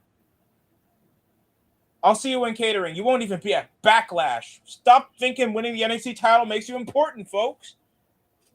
And now Royce Keys with Krakatawa. What's up, John? And no, speaking of John Nye is here. Oh, but Otis. Oh, we got a bunch of powerhouses in the final, being the final 3. Otis, Royce Keys, and Taolunga. I think it's Taolunga. The tall guy on Solo Sikoa's faction. Oh, but a big boot. You know how bad it is, YTC, when you have a bunch of powerhouses, but you know they're undercarders? That's sad. And he's setting up for the choke slam. Ha! No pop. Catering Royce Keys.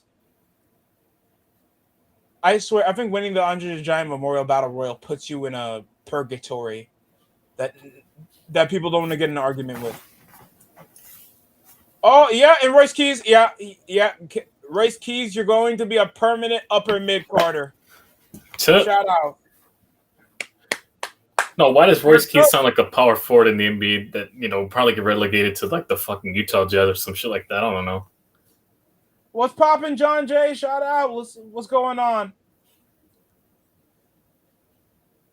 Why does he sound like a power forward for the Utah Jazz? Royce Keys? Yep. Did you like going to playgrounds with Karl Malone? I'm joking. That literally sounds like a bench starter off the bench. I didn't see nothing. I didn't see anything. Cesaro. Big Show.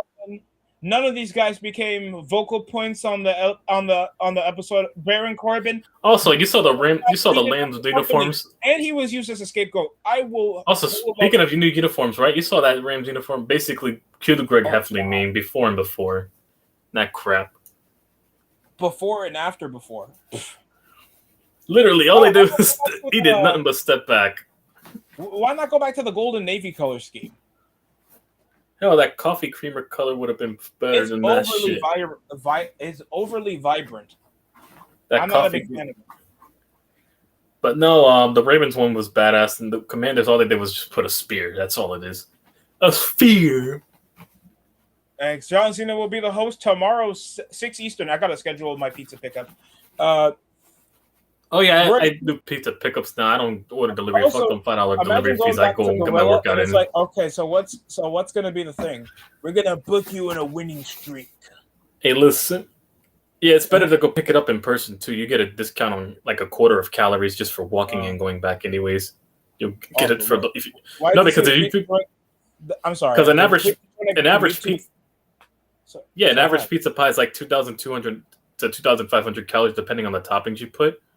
But yeah, for a regular, depends on the toppings. But overall, you can just burn a quarter of those calories just walking. You eat the whole pie and still be within under maintenance. So yeah, you're probably right. I don't know other place. This is the place I only see the vodka sauce pizza too. But yeah, I understand. Ooh, but I'd rather even a 20 or 30-minute walk. But yeah, collectively, but yeah, to go and come back. So yeah. Oh no, YTC, like it would be an hour walk or like a 2-hour walk. Even better. Shoot, even better. You know how much you would burn it 2 hours alone? So that shit would be like 50% of the pizza. So Obafemi is on ESPN. I'm sorry. So how's this gonna work? I have to get several subscription services. Subscription services to watch the PLE. So basically the NFL there now. Motherfucker. What's the point? Why can't you just have a recreational 6-match card where you guys know your pacing? Why is that so hard? Oh, Post Malone's coming in for a run-in? Fuckers. I remember back on WWE 12 when you just wrestle and you get the characters. I wrestle, I get Goldust. I wrestle, I get Brock Lesnar. When I saw Brock Lesnar on WWE 12, I was like so shocked. And I got him. And now, YTC, I got Post Malone. Why?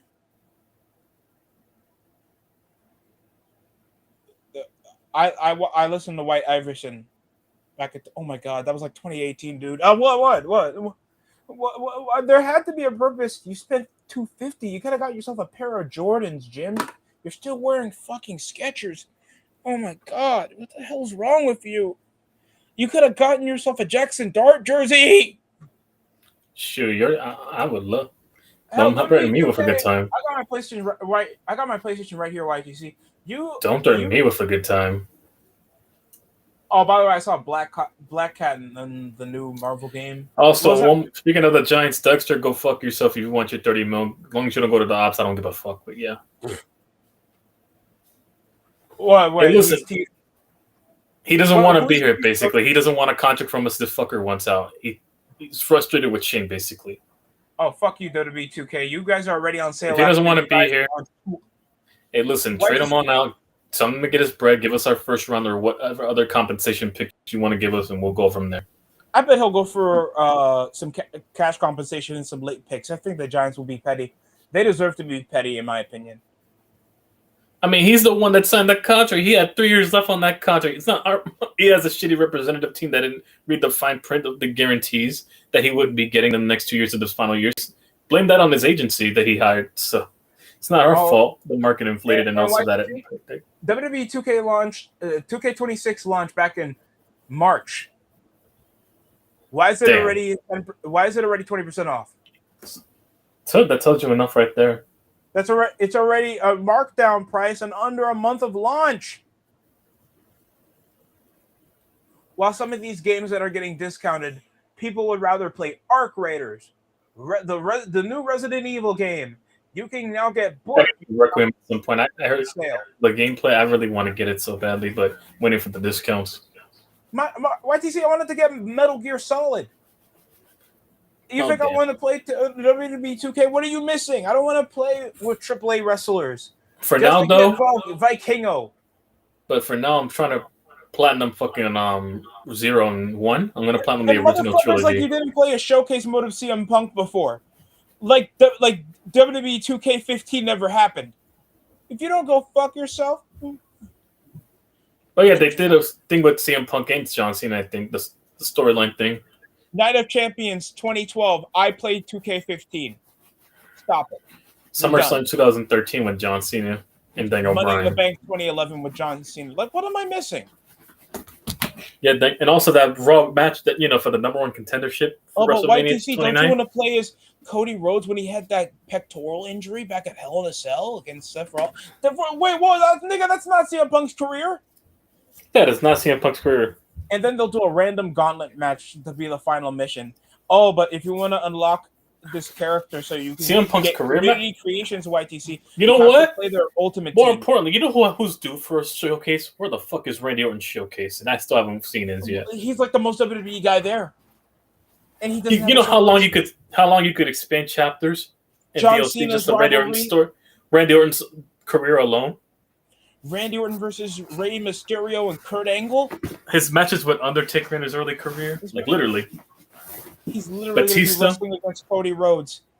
Triple H in the And late he wrestled mid to the Cody late 2000s. back at WrestleMania 26. You could have Legacy Cody in there too, but the Legacy, yeah, his time with And Legacy. Teddy DiBiase Jr. That guy's innocent. Who gives a shit? I mean, pay him guys his already have a royalty check section and for call it Hogan. from there. But yeah. And by the way, if you press a button, he does say the N-word. Brother. Bam! I'll stop if you know it. And Hey, you see Randy it's Orton. authentic. Get that Negro off my daughter, brother. Hey, we're definitely earned them. We're past. He's definitely I think he's top 5, hood certified outside of Jeff Hardy. Randy Orton. A lot of black folks I know love Jeff Hardy and also Randy Orton. You gotta love the marketing genius of WWE 2K. So they only marked down the standard edition and the Monday Night Wars edition for 50% off. You know why? Because they want you to either get the cheaper edition, and the middle shit is just the bare minimum of all the content. So why the fuck I have to pay for Joe Hendry? So basically, anything you could just wait for the next game to do, or you can get off fucking creative communities. Oh, good. So WWE something I 2K. could get for free. So something I could get for free, or something I could easily wait till next year. I'm not going to lose sleep waiting next year for the next updated roster, which will practically be the same game with an updated roster and probably other quote-unquote features you'll probably just resell as a selling point that probably was erased in the old games. I'll just download back Chris Benoit. You're not stopping me. Right? You're not stopping me from creating Chris Benoit in the system. You're not stopping me from going on a website, getting all the specific metrics, copy and pasting a photo to put on a wrestler for Chris Benoit. And You're I not play stopping me. WWE 2K25. I know most of you guys put Mia Khalifa images and you make. First off, where's Creative Story? More importantly, where is Creative Story? Where is Creative Story? Oh no, that doesn't monetize enough, YTCs. Fuck off. I want to be able to do every...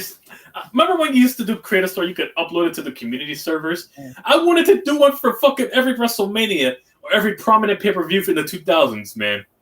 I was so inspired by WWE13. I was determined to make a 2000s showcase like the Attitude Era, but for the Ruthless Aggression Era. That's how determined I was back then. God forbid there's a content creator out there being like, hey, I want to play manufactured. I want to rip packs of characters I can already get on community creations or the season or the stupid fucking ringside pass. They have to pay an additional arm and a leg for when you already pay full price for a video game. That should already have all the characters in their fucking database. This is when you got to know that all these guys are snake oil salesmen when they know they're already trying to get you your dollar. At that point, guys, just collect the action figures. That's more cheaper than playing the stupid fucking video game. At least you get all the characters you want. And you can do whatever you want with the action figures, and you own the action figures. These servers are going to be gone in 6 years, and you're telling me that you're okay spending $120 on a game that you're only going to enjoy for statistically 5 months. Yeah, you'll probably quit afterwards anyways. You guys got to start learning to owning more shit, because this is getting ridiculous. Also, I'm going to play games I'm trying to platinum too. I'm not going to play games I know I'm not going to buy once and not stop playing them afterwards. I know I'm going to play them on a consistent basis. Like I got Need for Speed Hot Pursuit Remastered. I got a spider after hours of playing. Yo. What's up, What's John? poppin', John Jay? How you doing? I apologize if I didn't notice you earlier. That's so good. I was only there for like 30 seconds. Oh, okay. Good. Because I was having John Jay wait for probably a bit longer. YTC wait a bit longer. Got another Friday day off. Gotta work stuff tomorrow. Right. Now I can't unsee it. Did you see the meme of me and Pat McAfee when I was messing up Pat McAfee's show on ESPN? You still watch ESPN? So I have a message from Sponge. Oh, CM Punk is interfering? Oh, Jalen Hurts.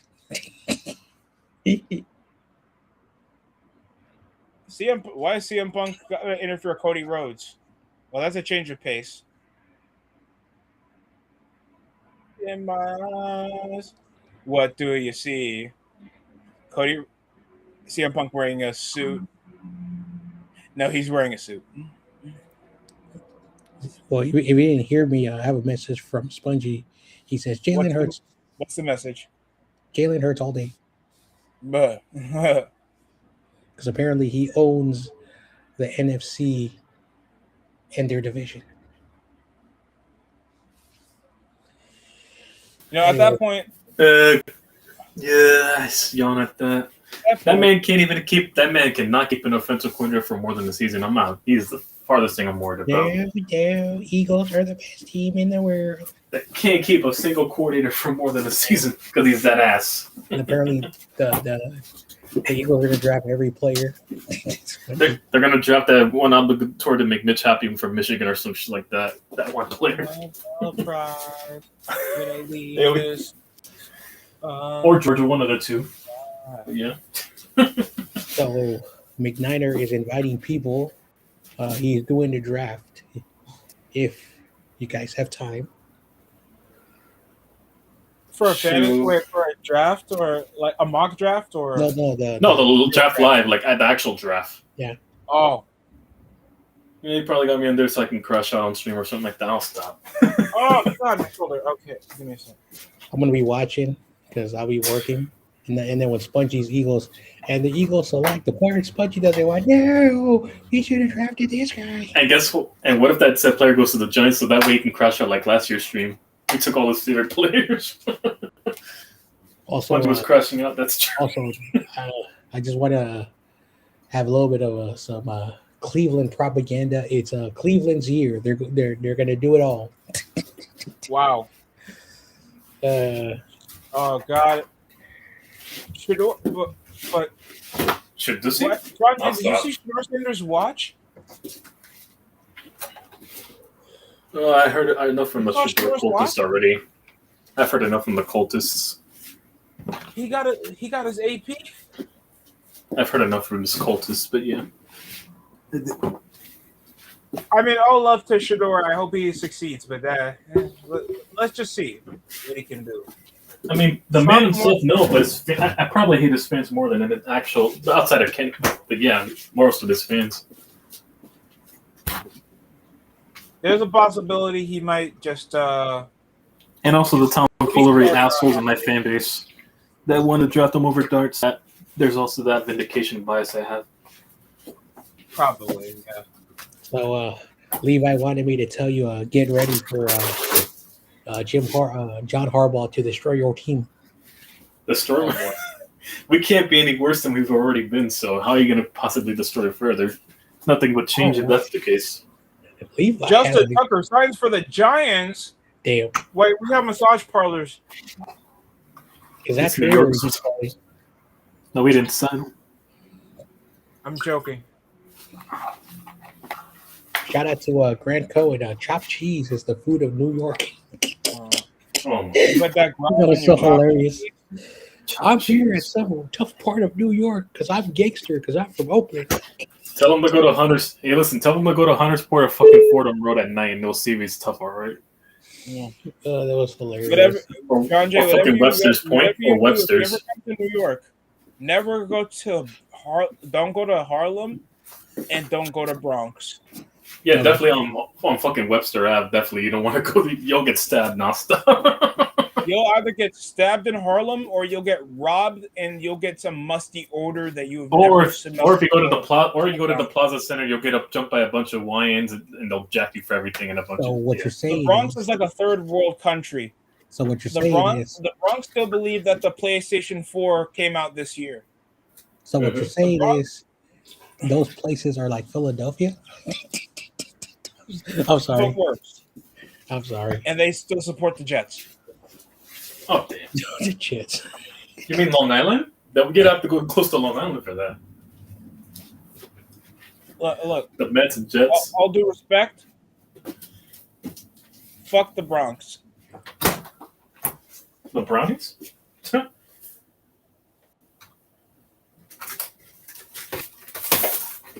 do you mean by that?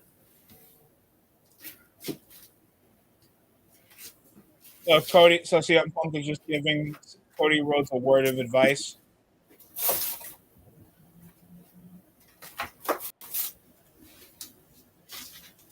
And word of that's advice? damn good. Word of advice, don't. CM Punk, you're like 40 and you're wearing fucking Jordans with your suit. You're pissing me off. Why are you even coming suited up anyway? Well, if you're not wearing a suit, you're not packing.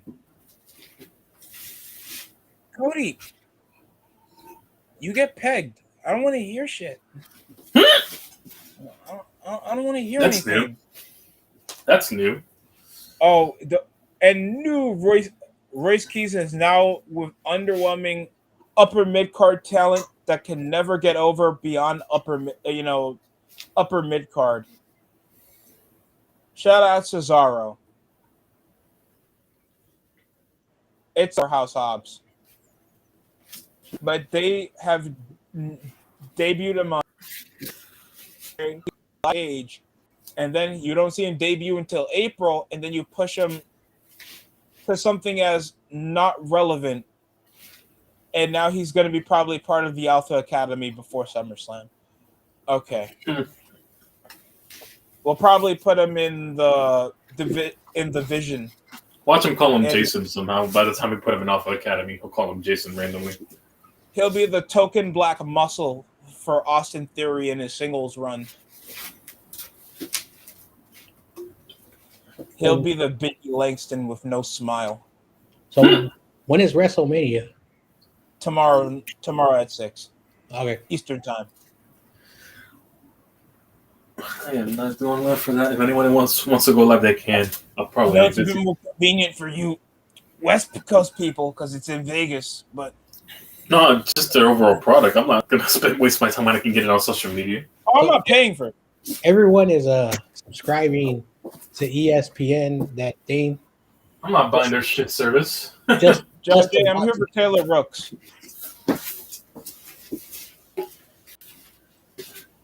Hell, these fuckers want us to spend money for 5 different services to watch the NFL. That tells you,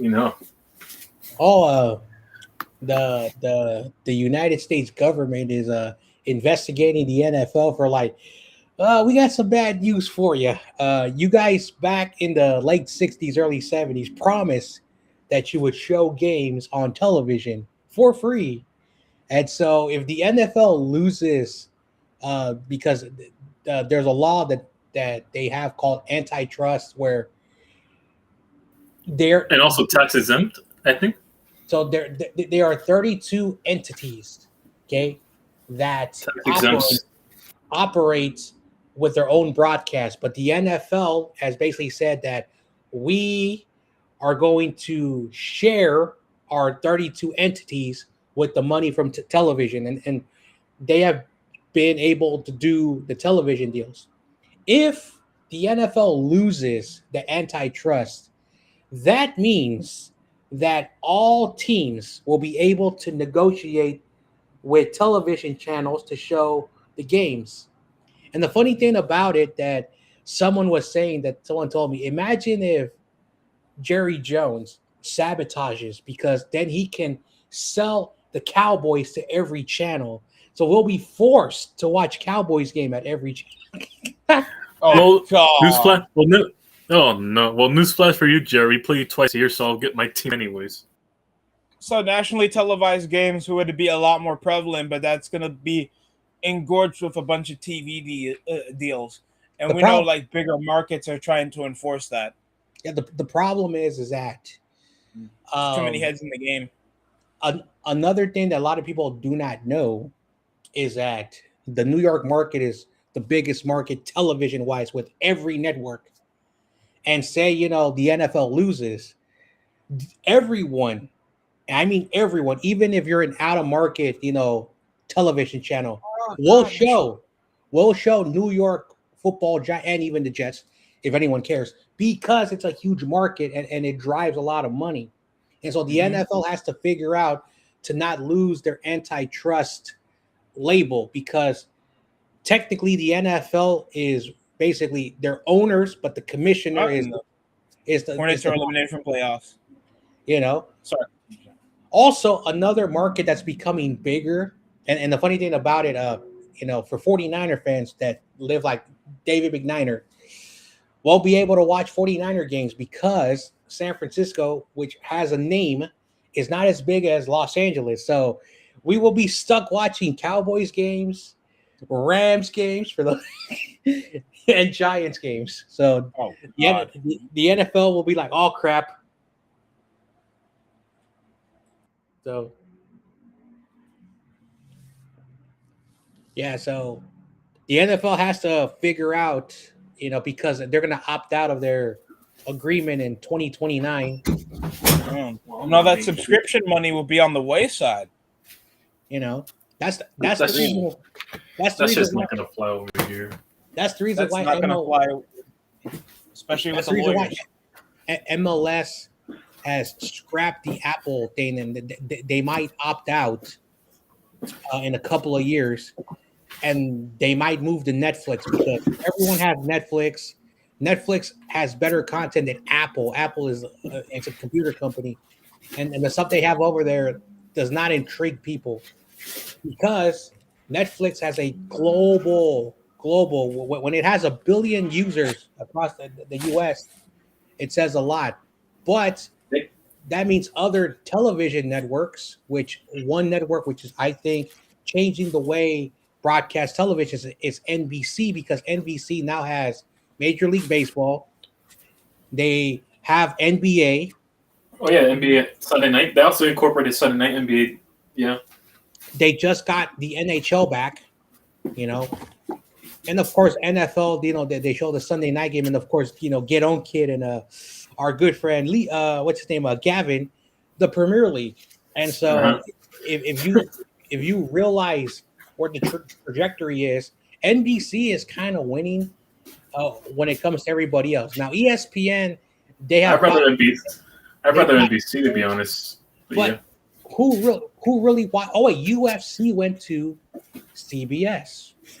So, but overall, if you bring up that quality, I'd rather just lean on NBC. If that's the case, they're more quality over there. And Peacock is very cheap. Even with the ads. And also there is a rumor that NBC and Fox could merge to create something better, because Fox has Major League Baseball on all their television companies. Again, Sunday Night Baseball, I think, yes. Yeah, basically, this is the death of cable and television, because eventually, everyone's going to be eating each other up, and it's basically going to be Disney, Netflix, and NBC. Amazon probably will survive, but they're not a TV company. They're a company that delivers. Also, Paramount outbid fucking Netflix for from I think Warner Bros. Yeah, their media. Yeah, they outbidded them too. So there's that. Yeah. So basically, Sundance, because I keep tabs on television, because television is changing. That's why the CW, that network, really bid for NXT, because the CW isn't really like a powerhouse, and they're trying to make content for people to watch. But you take away their college sports and NXT, no one's watching the CW. So that's why They're binary. Yeah. They just picked up bowling, and then they got like what's that golf thing that like you basically like are in front of like a digital like fairway, and then you play like inside a Golf, digital indoor golf. yeah that indoor golf thing, which is Where you becoming just hit like would you hit like a screen or something like that? Yeah. Like hit, yeah. Tiger Woods can just cause an accident and then it's still a hole in one. I'm sorry. I had I to. probably laugh harder than I should, but then again, my ribs are hurting a bit. But no. From 1995 to 2008, Tiger Woods was bigger than any athlete in the world. Even bigger than he got a more lucrative contract than LeBron James with Nike at that time. He was bigger than everybody. And then he suffered a serious injury, and that's how that guy from Scotland, what's his name, McIlroy? Anyway, became the new face of golf. When he came back, he dealt with the injury, and then of course in 2010, when his wife tried to kill him because apparently she found out the infidelity, and a lot of people were like figured out that Tiger Woods was messing outside of his wife, not just the 5 women, but there were like 30 more other women who basically just say, you know what, we don't want to get in this mess. It really shows you how powerful he was when he was able to get away with all of that. And so for the next 5 years, he sucked. Wasn't the same player again. People said that if he would have kept going in about 5 years, he would have broken the wins record, which is 82 wins. Which so far, Tiger is I think like 15 wins away to tie it, and 16, but he's never going to do that no more. And so from the late 2010s, he was basically like a mediocre golfer. Then he married Lindsey Vonn, the famous the skier, yeah. And they had a kid, but that marriage didn't really work out. And Lindsey Vonn like kind of explained, he's a good man at heart. He made a lot of horrible mistakes, but over time he started to realize that. And then now the big story of Tiger Woods is that since that accident, that situation with his wife, he has mentally been like effed up in the brain because, again, people talk about how women cheat. Tiger Woods, a man. He has a history, I assume. Basically, just remember that when people try to lie to you, women don't always cheat. Men cause that situation to happen. Now, I'm not going to get psychology and bore you with this, Both are unjustifiable. Adultery should never be tolerated. I know. Even with the gender bias. Yeah. And, different circumstances. I know. No cheating should be tolerated. That's true. Basically, to simplify it, because I don't want to bore you with the science and BS. But at the end of the day, that stuff happens every single day. We don't know about it, but it's happening right now. Just like all the horrible things that happen in the world right now, it's happening everywhere. We just don't know it. Okay. So Tiger Woods is a good reality check. You can be at the top of the world, and like Cristiano Ronaldo. I really like that dude. I'm a super fan.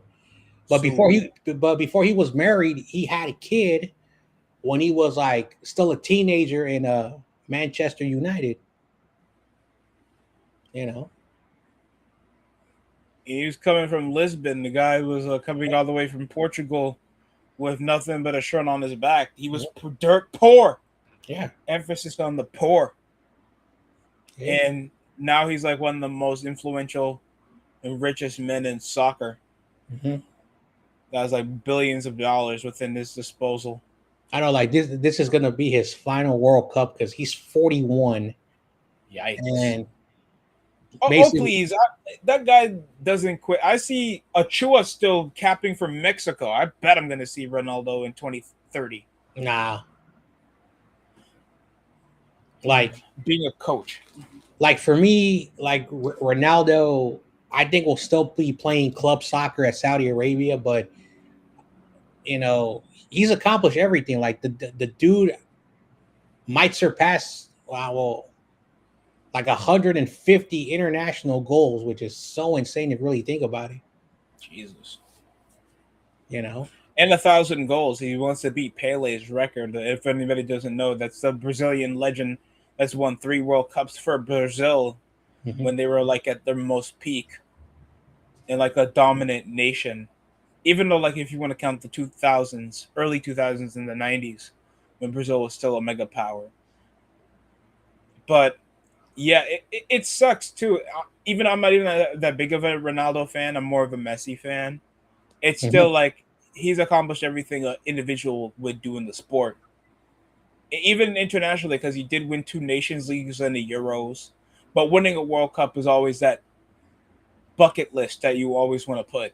I don't like in your history books. I know in 2006, Figo was their star at the time, but he was a midfielder, so he finished with like 30 something goals. And then there was a guy who back when my old man was, in his youth days, I forgot his name, but he was, the ultimate scorer for Portugal, and he surpassed him by double or almost triple.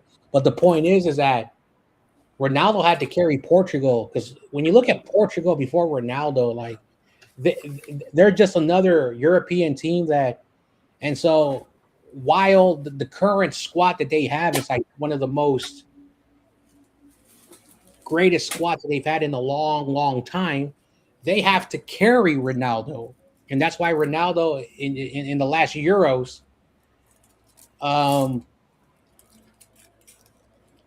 it was like Bruno Fernandes, Bernardo Silva, a bunch of other talent that actually can make a whole unit that doesn't have to be dependent between one guy. Mm-hmm.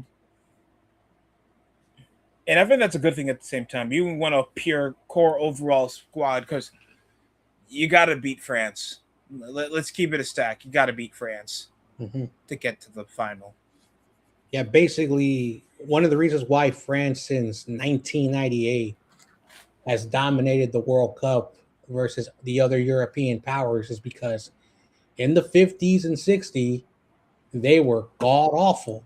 And so in the 70s and 80s, they created what is considered one of the prestige youth developments in the entire planet. That's why in that era, people talk about immigration in the US. France is one of the most lenient countries when they bring people in. And they did a documentary about it where basically so many people from Northern Africa and many islands in the Caribbean went to France. And that's why you're seeing like the best players in the world, a lot of black representations in the French team. Yeah. And so what was I gonna say? I lost my train of thought. Oh yeah. So when they were talking about the 1998 World Cup team, Zidane and Henry, who may not have been like French, from the country, from the country, they were still French. And at that time, and again, I'm trying to be really careful because we're on YouTube, and this is very controversial if you ask a French person. They had a bit of an identity crisis, but when they won the World Cup, for one moment, France forgot all about that interior bullshit and figured out we won the most coveted prize of international sport, versus the Olympics. The World Cup is like right behind the Olympics, even though it's a single sport, but that's like the highest level. And then hasn't their government been in turmoil? 2002, in 2000 and then in 2002, they were still really successful. And then in 2006 and 2010, headbutt. But then after that, they started to get better again because a new generation And of course,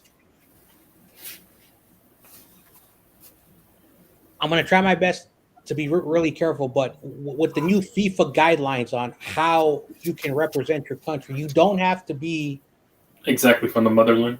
Yeah, if you have any heritage outside, that's why someone made a joke which really pissed off Argentinians, but it's the goddamn truth. So a lot of them would be in Italy. Yes. I know. Okay. Because you can say the same thing with Germany too. Germany too. Turkey as well. Mm-hmm.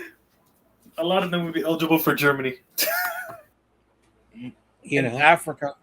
A lot of African nations. Also, I'm never going to encourage anyone to watch that, but I want people to remember his name, Eric Winalda, the biggest piece of shit on the internet, who now has a podcast from Golds TV, talks about how he's okay with immigrants who play in Germany and the Netherlands to represent the United States, but he's not pro Mexican Americans, which Mexican Americans are more American, and maybe I'm just effing biased.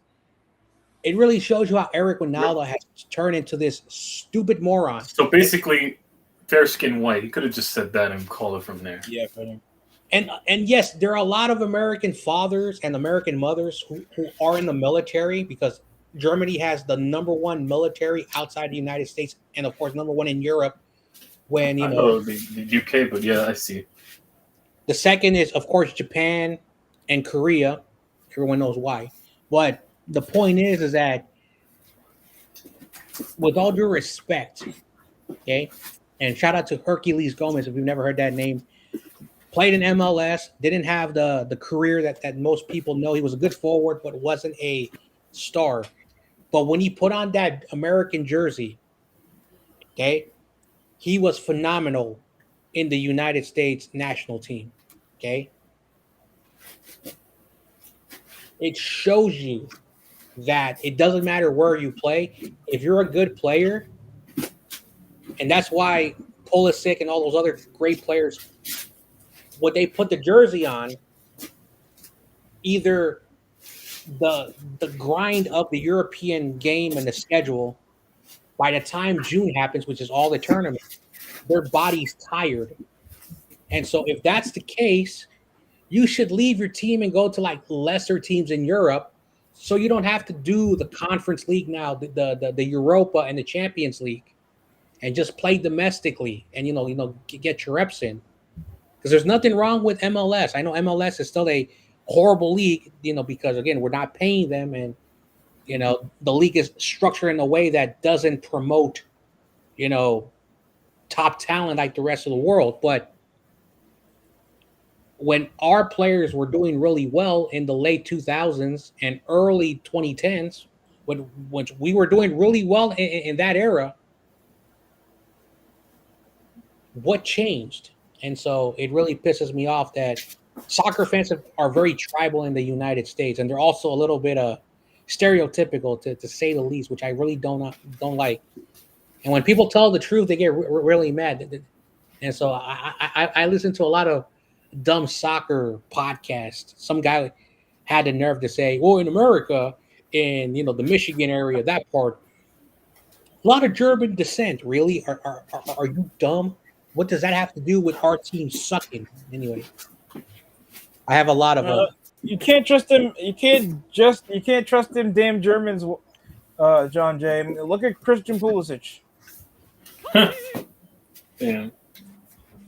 Oh, that's another dude who could have represented Croatia, because never mind. What, he has Croatian roots? Damn Yugoslavians. You can't even call them that anymore, man.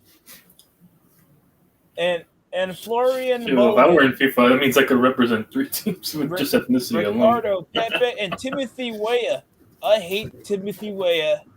The only real American on this team is Tanner Tessman and Tim Ream. Get the fuck away from me. He's our captain. By the way, Tim Ream's our captain, and he's our starting center back. I don't have faith in the U.S., but at least I got Ecuador with Valencia. It's, I think, one of his final runs, but we'll see. I would love to support Jamaica, but they didn't qualify because we can't beat bumblefuck Dominican We couldn't beat Congo. We couldn't beat the Democratic Republic of Congo to qualify. So I am stuck with Tim Ream as my captain and Wesson Swiss Army Knife McKenney. And no midfield. Barely a midfield. Weah plays like a left back when he wants to. McKenney plays everywhere else but his natural position. And Giovanni Reina is overrated as shit. No, John Jay, you gotta let me have my piece on this. Giovanni Reina is overrated. Also, gotta get his jersey too. And he's playing in wherever the fuck Borussia Mönchengladbach is, and I got that on the first try. If it's not Brandon Aronson, that's it. And Weston McKennie. That's probably not even going to be playing in the midfield because Florian Bogelin can't score consistently, and Ricardo Pepe is sadly the best forward we have. Well, he's always injured. Don't you dare say the LeBron James of soccer, John Jay. I swear. No. I say Ricardo Pepe could be much better, but he's always hurt because the last time I saw him on a field, he had a cast on his hand. But remember, soccer is about your feet, so you whatever. But because when you look at what he's able to do in PSV, and no disrespect to Flo Balogun, I have no ill will towards the kid. I just think that he's talented. He just hasn't gotten an end product. He doesn't have an end product. That's a problem. Like Greg Berhalter had to give him the red carpet. We're going to take you to a Heats game, and then we're going to take you to a Miami Marlins game, and then we're going to take you to the training, facility where the U.S. men's national team, and then you're going to watch a Orlando City game, and then they were kissing his butt to join the U.S. And then whatever happened, his agent or whatever said, hey, maybe the England doesn't think highly of you, but the Americans really, really, really like you. And so he said, all right, I'm going to go where, and I used to be an Arsenal fan, so I found out the stupid Rams owner owns them. So I got to figure out another team to root for in the Premier League. But oh God, why not Arsenal? They're winning, John Jay. I'm only a Chelsea fan because of Pulisic, but that's about it. But the point is I don't know what's going to happen after the World Cup because there's rumblings that Pochettino will leave, and then whoever is the new coach has to get ready for that 4-year cycle for the next World Cup. And of course, the U.S. for sure, is going probably to participate more in the Copa America with Mexico because that confederation in South America, there's only 10 teams, and they've been figuring it out for over a century how to work with the little teams. And in the 2000s and 2010s, they invited Korea, Japan, Australia because just to get a 12-team thing. And so it makes a lot of sense if you bring in, because the U.S. and Mexico really need tougher competition. And no disrespect to Central America and the Caribbean islands, it's time for the U.S. to start playing those nations, because if we can't beat them, which we were beating in the 2000s with less star players that were in Europe, we're beating these squads. And of course, in the 90s, those squads, when MLS was basically in its infancy, were beating Colombia and Argentina, Mexico, and Brazil. Argentina. We can't do it anymore. Why? Yeah, why? Okay? And maybe can't form one league called the Americas or like that. I don't know. So they can't just congregate the league called the Americas with both North. At that point, just bring back Chivas as an MLS team because this is pissing me off.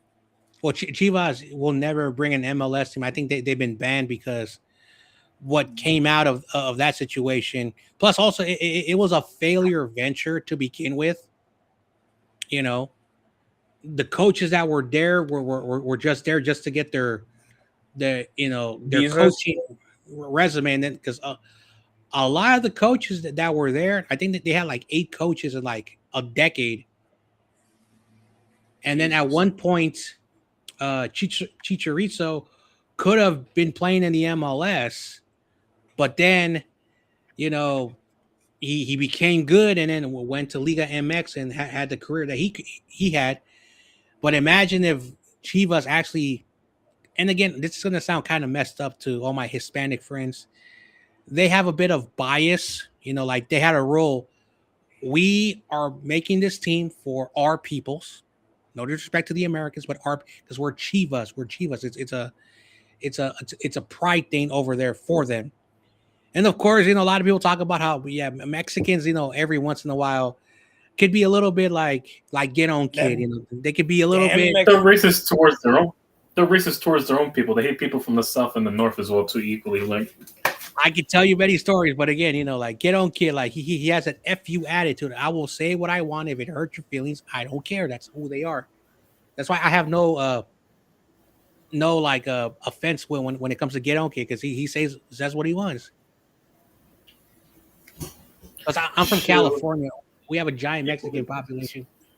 There's also discrimination between undocumented versus documented. That's why I like the fan base. That's why I like the fan base between LAFC whenever they play against LA Galaxy.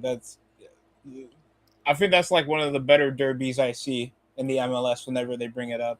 I know that's what the MLS needs to do. They need to prop up that rivalry because already in the last 3 years, every time they play, they have moved the game to the Rose Bowl, and they have sold out that thing. It really shows you. No disrespect to Inter Miami, I know they have Lionel Messi, but once Lionel Messi leaves, oh no, it's not a real fan base, no. And so that's the reason why the San Jose Earthquakes and the Galaxy, after over 30 plus years, is a very heated rivalry. For those who don't know, California is very giant compared to any other state. No disrespect, Texas. I know you're big, but we have a bigger population, and it takes 8 hours from the Bay Area. And plus, you're a football state. We know that. And so, you're football. When the Galaxy played last year against San Jose, they filled up the Stanford football stadium. But then, when LAFC, which is the more newer, they filled up Levi's. And San Jose, we've been a dumpster fire since Wanda Lasky retired. But it really does show you how that's because Northern California and Southern California are very different. Me and David Corona are good friends. We don't have any ill will with each other. But I always am going to rag on his team. And he's going to rag on my team. Like when I say, Lakers are, ass. And he said, oh, how many titles did the Warriors, because it's that SoCal, NorCal. LA people are different than the Northern California. It's not San Francisco. Basically, you have Northern Californians and Los Angeles. That's how people describe it. Why do you think it's the same with Philly and New York, but Jersey's the middle ground for both states? Same.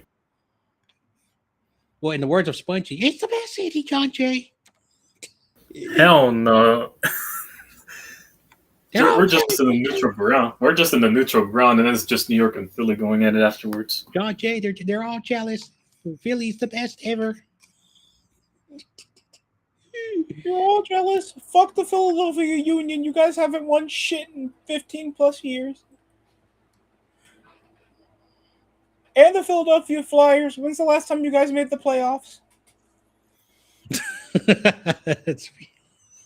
God forbid the Eagles miss the playoffs after back-to-back playoff, and then you fire your head coach. Dude, that'd be so hilarious. Put the quarterback under the bus, and then make a homophobic gesture again because he's light-skinned. Oh, isn't the NHL season already over?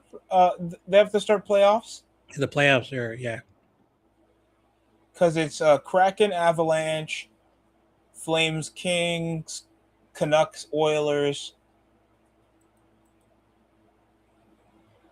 Oh, I think this is still the regular season. I can't believe the Warriors are somehow in the playoffs. I think last time I checked, the Warriors still have a game to play. The Warriors. Yeah, they have to play the Suns. They're trailing by 5 in the second half. In the first half, unanswered 30 points coming from the Warriors in the second quarter. So whatever happens, if we lose in the play-in or somehow we make it in the playoffs, Steve Kerr better keep his promise. Oh, I'm retiring. I'm leaving, and John don't ever Jay, come out. it's okay. Y'all got Podzimski. And then apparently, I forgot that we have that. Well, who the hell did we trade for that played for the New York Knicks? What the hell is his name? Oh God, Porzinski. wasn't that for no? Whatever. That can't be. I remember Damon Bruce when we traded. He said, "Really, Warriors? You're bringing this guy in? You know, when he's healthy, he plays good, but he's always hurt." I started laughing at Bruce. Wait, injury prone, and you traded it away. Sheesh. Huh? Wait. Was he during your championship runs? Not James Wiseman. Oh, that dude didn't do squat. Oh no, he was injury prone as shit, and he was ass. I don't know where not Jordan Bell, not Kevon Looney, because you guys won titles when he was on the rotation. Was his name? He was a power forward, right? He was center. Center. So not JaVale McGee, because he was winning when he was with you. Can't believe we got this dude. It begins with an E. I'm trying to remember. I know who your player is. I'm just trying to see because he's fat now. Ooh, and Porzingis dunks. Well, we've had him for 15 games, averages 24 minutes, and he's averaging 16 points a game.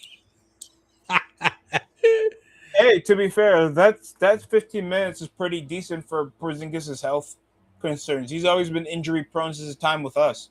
When he was on the Knicks, when he was on the Mavericks, when he was on the Wizards, 4, 5, and then he looked out when the Celtics signed him on a cheap contract. Well, John Jay, you know, he won a ring, John, so he's not some Warrior fans that I know. No disrespect. Kristaps Porzingis was actually a good quality player. If he was healthy around his career, he could have been putting up some better numbers, especially when he was on the Dallas Mavericks. He's playing with Luka Doncic, being more of a second fiddle, complementary piece. The guy could average a good 25 points this season if he was around longer. I don't like. That's why what's his name? Damon Bruce said, and I agree. When he's on the court healthy, he can play, but injuries have been a problem that he's had in his career. Now, yes, he's never had like significant like time away, but you know, injuries, you know, are not really good. So I don't know if he's gonna stay after this year, but it's time to just like sink the ship and just start over. You know, Steve Kerr. You're telling me that we should keep stirring the ship towards the ice block and then blame Kevin Durant? I didn't want Kevin Durant. I know when we picked him up, I couldn't do anything anymore because again, like just like when I said I didn't want Christian McCaffrey because he had injuries, and then when he came to the Niners, that a year and a half of him being healthy and helping us be in the Super Bowl. But last year he missed a lot of games. I think he only played like 4 games, and on the 4th game he was out for the year. Mm-hmm. And then this year he did get 1,000 yards, but he was averaging under 4 yards a carry. So the production is not there anymore. He's not a bell cow anymore. They're gonna have to split backs with him at this point. It stinks too because I do like some of your young players. I do like Gui Santos. And I do like Pat Spencer, even though he's not that young. He's not that young. He's like 26, but he had some decent shifts whenever he rotates with the team. And then you got Will Richard. He's like a. This might be the most confident. This might be the most confident I've ever been for a playoff run. If we don't win this thing, we're not going to win at all. Oh no! Yeah. This is like high risk, high reward off season we've had. All we got to do is just get through the Celtics. After that, I think we have a shot at the finals. But yeah, hell, I don't think the Celtics are even going to be playing because this is going to be the first time without an experienced unit. Remember, in the So words of playoff Spongy, basketball, different how it's going to be as regular season Oh, basketball. what's Philly? We're smoking them. Oh no, we're smoking Philly Hold on. again. Oh, no, we're smoking that Philly pack. for those who missed it, Spongy said the Sixers are back in the playoffs and we're going all the way, John Jay. Not if they run into us. And we take over the arena again. He's the most homer. John He's the Jay, most We're Philly fan. Because the majority of the fan base is in Philly. McCain? They're a whole cult in Philly, literally. They traded away sport. Jared McCain, and now they're a play-in favorite. wow. Fuck them. Literally in every sport, they're the same homer or fucking cultists in Philly. We won't be hearing shit about the Sixers until the Pacers get the first pick of the draft and they start drafting an actual talent so they can complement Halliburton. It's literally a cult over there, but yeah. Spongy is like the most homerous. Like the Eagles are gonna do it every year. His baseball team's gonna do it every year. His basketball teams are gonna like basically really like he's the most. I remember he still talks about what's the guy they drafted from Georgia? He's the Jared best. McCain? He's the best defensive tackle in the NFL. Oh, Jalen Carter. I thought you meant. Yeah. They don't have no pass rushers though. Talented tackle. Didn't he spit on somebody? Yeah, Spit on the Dakota Bortles. Yeah. and Spongy, Spongy, Dakota Bortles in their home opener. No, and that was Spongy basically had an excuse. Okay, John. Yes, you're right. What he did was wrong, but Dak called him something horrible, so he just had to defend himself. That doesn't justify spitting on a man's face. That doesn't justify it. So basically, if anything, so basically, he's admitting it's easy to get in his head, just like Dak of all people did. So you're justifying spitting. You gotta stop behaving, justifying like a ratchet bitch, Spongy. That's some ratchet bitch shit. That is some ratchet girl behavior. And then spitting on a person's face is what two hood rats do. After the middle of an argument, they'd be ripping wigs off. DST, you weren't there, but Kenny or somebody were talking about about slapping, and and David Kern is never going to talk about it, and I'm not going to bring him his personal past because he's had like a real rough life. Okay, but I understand the joke, but if someone slaps you in the face, that's one of the most disrespectful things. And so if you get slapped in the face, that's a like. Those are fighting words because you like being slapped is different than being punched. If you're punched with a fist, okay, all right, you took a punch. But if you get slapped, there is a negative connotation that you're basically being called the B word and you are a woman. And so that's why it's very insulting. I understand violence is never the answer. It'll be insulting with the backhand. Now stop. Just like when you spit at a person, why you should never do that. First, it's disrespectful, and it's fighting words. And I know Kenny, has certain things I don't always agree with. And if he's watching, you're still my buddy, man. You're my friend. But I know he says that he's originally from New Jersey and then he moved to California. But how I grew up. What people will tell me, never get slapped in the face. If someone tries to slap you, you move out the way, and then you slap them in the face, and then they'll be emasculated, but then get ready to be, get ready to fight. And so that's why David Kern was like, I'm not touching that. I'm not having that conversation, because again, and then they were bringing up some stuff that, Corona will never want to talk about unless he's backstage and we're not live anymore. Are we back in the game between the Warriors and Suns? This is for the eighth. I think this is for the 8th seed in the Western Conference. Whoever wins gets to play the Thunder. Celtics? Oh, that's never mind. You're right. No, this is a Western Conference. So okay. The last game was for the 7th seed. This is for the 8th seed. So basically, the Warriors are trying to get in. Uh-huh. So this is like a qualifier. The we got Atlanta. I know Trae Young is tight right now. Basically, fuck Jalen Johnson.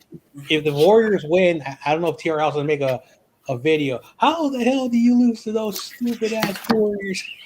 I mean, to be fair, I don't think you'd make a video of Steph Golden State. No, I don't think he'd make a video on Golden State. If it was the Clippers and Lakers, maybe yeah. but I don't doubt it. Oh no, it's gonna be Lakers Rockets because Lakers are already automatically qualified. So Well, in the words of David Corona, the Lakers are winning it all. Oh God, because they have a what's his name that dude from the guy from Dallas. We got that man LeBron James. I'm talking about the man and the Lakers. Ooh. And Austin Reeves too, apparently. Oh, I was trolling David Corona. So you know how David Corona likes Shohei Ohtani. Really got Tyler Kohler. I said, hey Corona, as a 49er fan, how did you feel about Shohei Ohtani wearing Rams gears? And then he said this. He can do whatever he wants. I don't care. I'm like, whoa, Corona, you can't be saying that. Boy. You gotta denounce that. Oh, he's repping his roots. Exactly. That's why he doesn't care. He's repping his roots. Taking the bucket, and it's good for the Suns. It's 52-47, 54-47. Steph Curry moving down the ball, swings it straight to Porzingis on the wing, post down low. Draymond Green inside, ball's nearly loose. It's out of bounds. Yeah. Yep, we got Atlanta. They got Godwin, Dylan Brooks. That first half of the season, he was looking untouchable. He was doing a decent time in the both sides of the court. And we're likely. I think we were likely going to play the winner of the Raptors and Cavs if we make it. So yeah, it's going to be crazy. Oh no, YTC, we already qualify in the playoffs. So we play the Atlanta Hawks. No, I'm after if we get out the first round. Okay. Then we will probably I think we play the winner. The 8th seed after beating the Hornets. So right now, damn, I feel bad because the Hornets I wish we get the Celtics early so that way we can forget them out once and for all, and then everything else will be easy pickings. Because the Hornets came from a victory against the Miami Heat to make it over to the next round of the play-in. And sadly, it still wasn't good, so they had to play Orlando that lost their play-in game. But yeah, as long as we get past the Hawks, I'm only concerned with Detroit and Boston because Detroit handed our asses this year. Well, Detroit can get you to the distance, but I don't know if it'll be good enough. I mean, the playoffs are different, but regular season did have me concerned. We got our ass handed to us multiple times we played them. So, and this just in. Coventry City, I'm not even sure I'm saying that right, will be promoted to the Premier League. And the reason why everyone is talking about it is because U.S. men's national team striker Haji Wright will be in the Premier League. So he can be bought by a bigger club. I respect the motion. Good motion.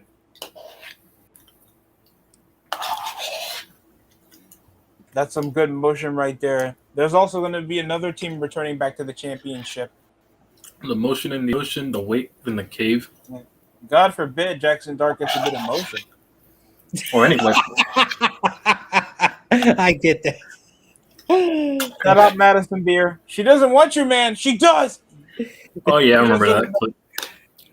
Oh, man. So it's Coventry City that is coached by legendary Chelsea player Frank Lampard. The wave in the cave. Ipswich Town, they were in the Premier League 2 seasons ago. It's good to see them competing in Millwall. But it's a three-headed race between Southampton, that's in the south coast of England, Middlesbrough, that hasn't been in the Premier League in over a decade, and Millwall, that hasn't been in the Premier League since Ronaldo used to play. Oh my God, really? And Hull City, yeah. Being in the championship is the most chaotic part of the Premier League. Tottenham Hotspur is going to be relegated? Oh, no, that's funny. Wow. That's so funny.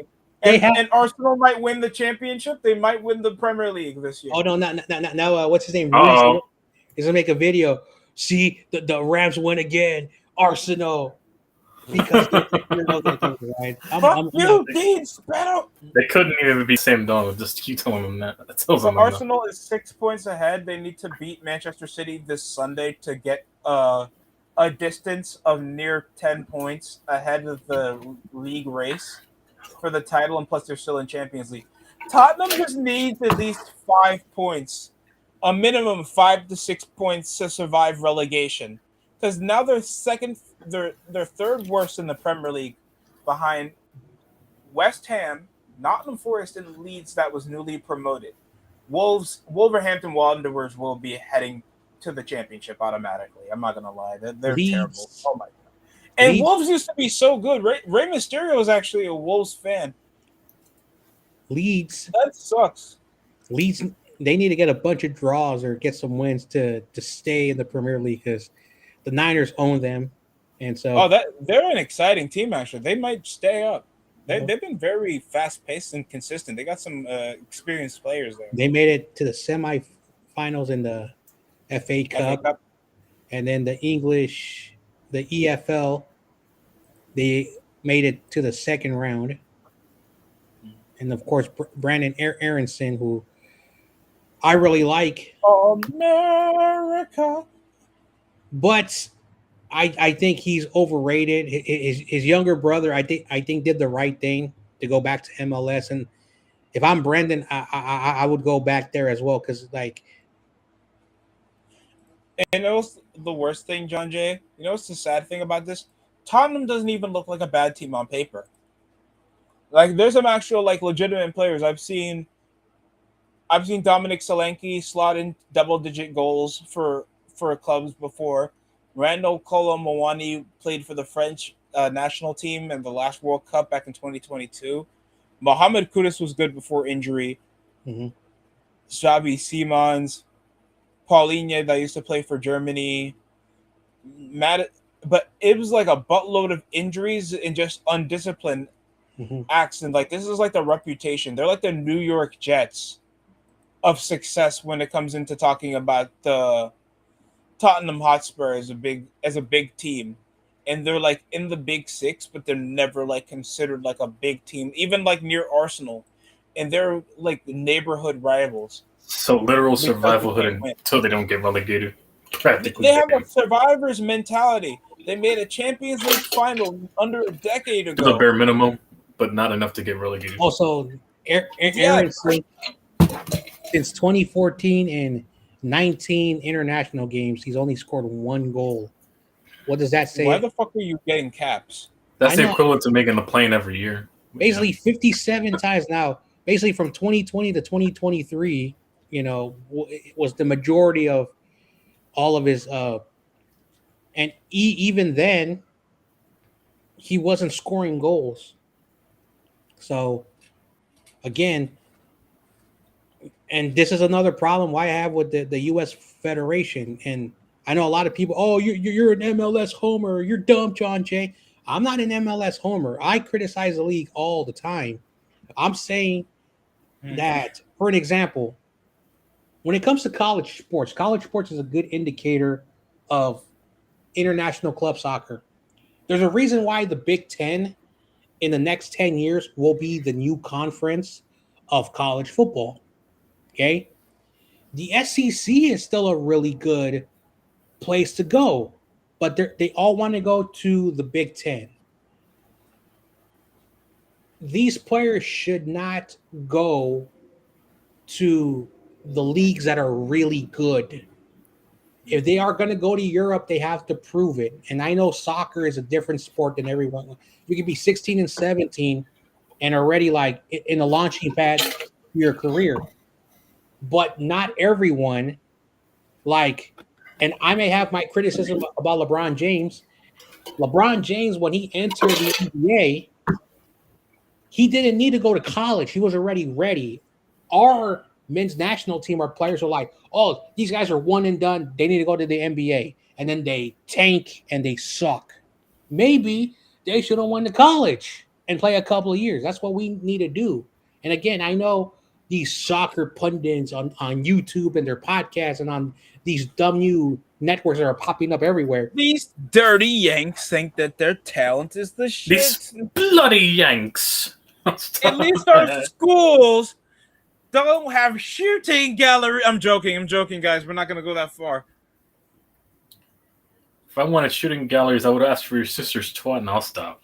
If I wanted shooting galleries, I'd go anywhere but England, where there's no World Cups before the 21st century. Oh, Dang. You guys still rag on that one World Cup from the fucking 60s. Well, that was also rigged. I'm sorry. So you mean to tell me the Jets have a more recent title than they have a World Cup title? Yes. Oh, damn. Yes. Even their greatest era, I'm talking 2006 greatest era when they had the best midfielders, the best defenders, and the best forwards, and the best keepers. You motherfuckers got destroyed by Also, speaking Portugal. on the Jets, they have the longest. I think they have the longest All because run. Wayne Rooney couldn't keep his stupid cool and cost you 10 men down with a red card. So, anyways, I was saying so. So basically, after the Sabres made the playoffs, right now the Jets have the longest North American, playoff drought in all of sports right now. In England, that I feel like have a more superior, more versatile team than the era back when they had David Beckham, Rio Ferdinand, Wayne Rooney, Paul Scholes, Frank Lampard, Steven Gerrard, Gary Neville, all those talents, and you guys have no silverware, not even a Euros. mm-hmm. You guys got nearly eliminated by Greece and needed a free kick to save your lives. And then you guys get decimated in the 2010 World Cup when that shit didn't count as a goal. 2014 World Cup when you guys didn't they own goal in that? Didn't they also get an own goal against the U.S. in that? When France outclassed you idiots, back in the 2022 World Cup, and you guys didn't even know what identity you guys wanted, and then you guys want to blame the coaching. Then you guys. So what we're saying is, England, it's basically their fans are like Cowboy fans, but yet they have the history as much as the Jets. Oh, please. Why do you see at this point? The England is like Kamala Harris. Italy is like Harlem. So what used to be a great foundation for New York history is completely wasted. I think a good analogy is that England is like that. It's like that team that basically is like the fake New York teams, the Buffalo Bills, because they're always close, but they never win nothing. And they have to be like the Jets, thinking about, hey, this is what we did almost 50 years ago. With cocaine. Damn. When it was cool. So it makes a lot of sense. And yet, what happens? French is a dominant force. Italy is a dominant force. Don't talk about Italy. And then you guys will want to bring over the financial disparity of the Premier League. And yet you assholes still can't win shit. I don't get it. When Portugal has gotten better, Japan has built a foundation. Spain has probably the best team I've seen since the late 2000s to the early 2010s, back when they didn't even have a striker. It was just tiki-taka for days, when it was like Iniesta, Xavi, and their best midfielders in the world weren't even starting with the best defense in the world at the same time. And you're telling me that you assholes still want to play second fiddle to France. Get over yourselves, England. You'll lose to Morocco in the knockout stage and not even hit the semifinals. I put my money on it. I'm sick and tired of hearing England as favorites, even though Italy hasn't even made a World Cup since I graduated from elementary school. I don't want to hear it. Their last tournament win in the World Cup was 2006, bro. That was 20 years ago. Rey Mysterio won the World Heavyweight title that time. I don't want to hear shit. What are we doing? And now we got to have Pochettino give me a migraine for the next summer. For the summer, I'm going to lose it. So in the Premier League, they only have 3 English coaches. Wales, I wouldn't consider them like English, but it's part of the United Kingdom, so technically, yeah. And Scotland. So, but when you look at, they have a lot of Spanish and Portuguese coaches. Oh yeah, who's the best coach in England? Pep Guardiola. The second best, Arteta. third best.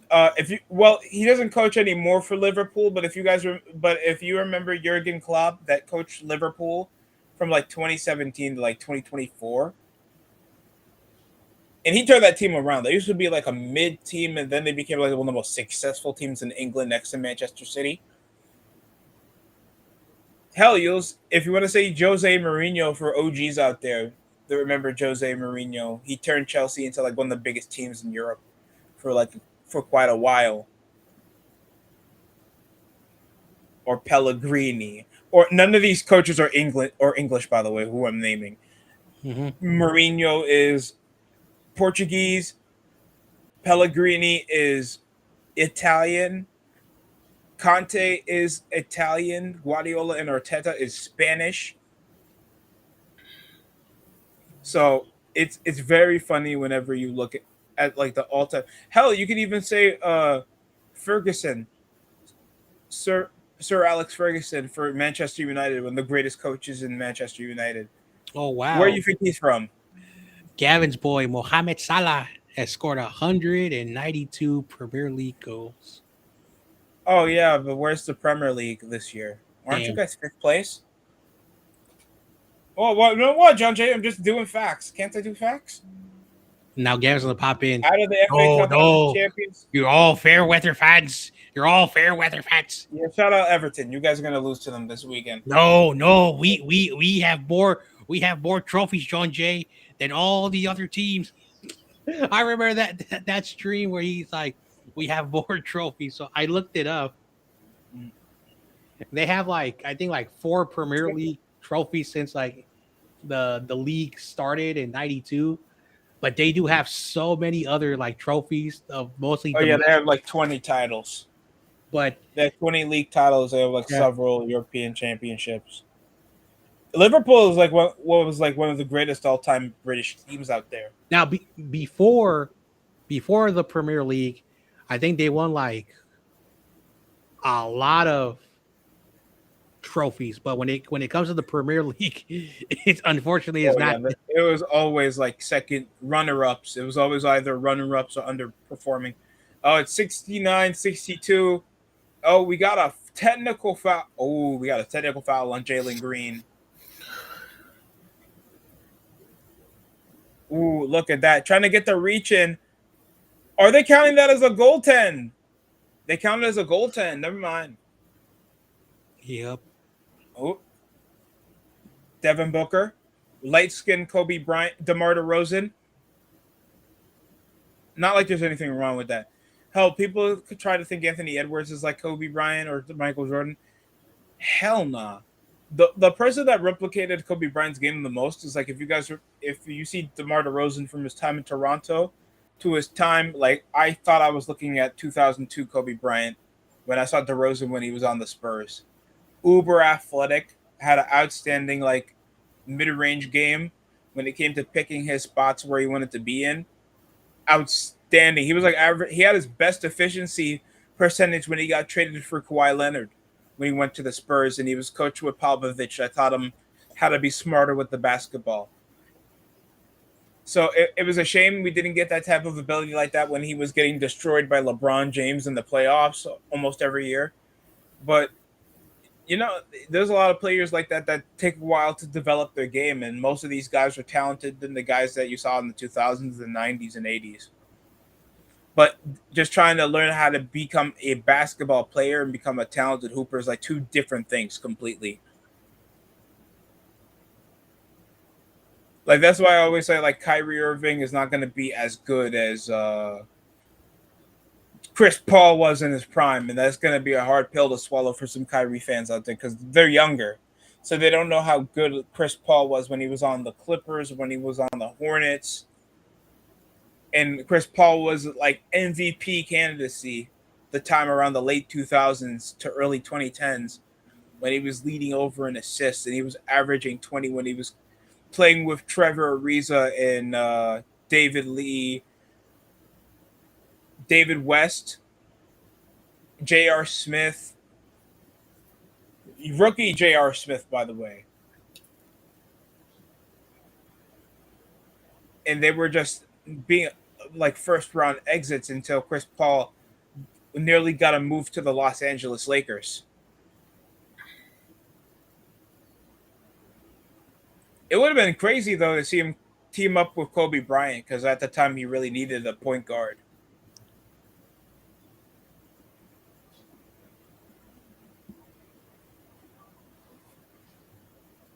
You know, I'm really conflicted. Phoenix Suns, why is a gorilla your mascot? What's the notion? That's messed up. No, I'm being serious. It really is a gorilla that's their mascot. I know that, but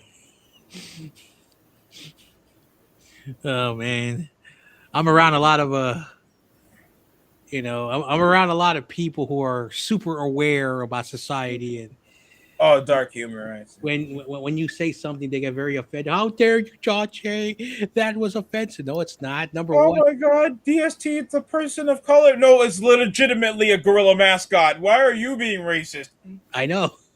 I remember one time someone was like, "How dare you?" I said, "Number one, I'm the minority. You're not." I'm the victim here. Oh man, I get to see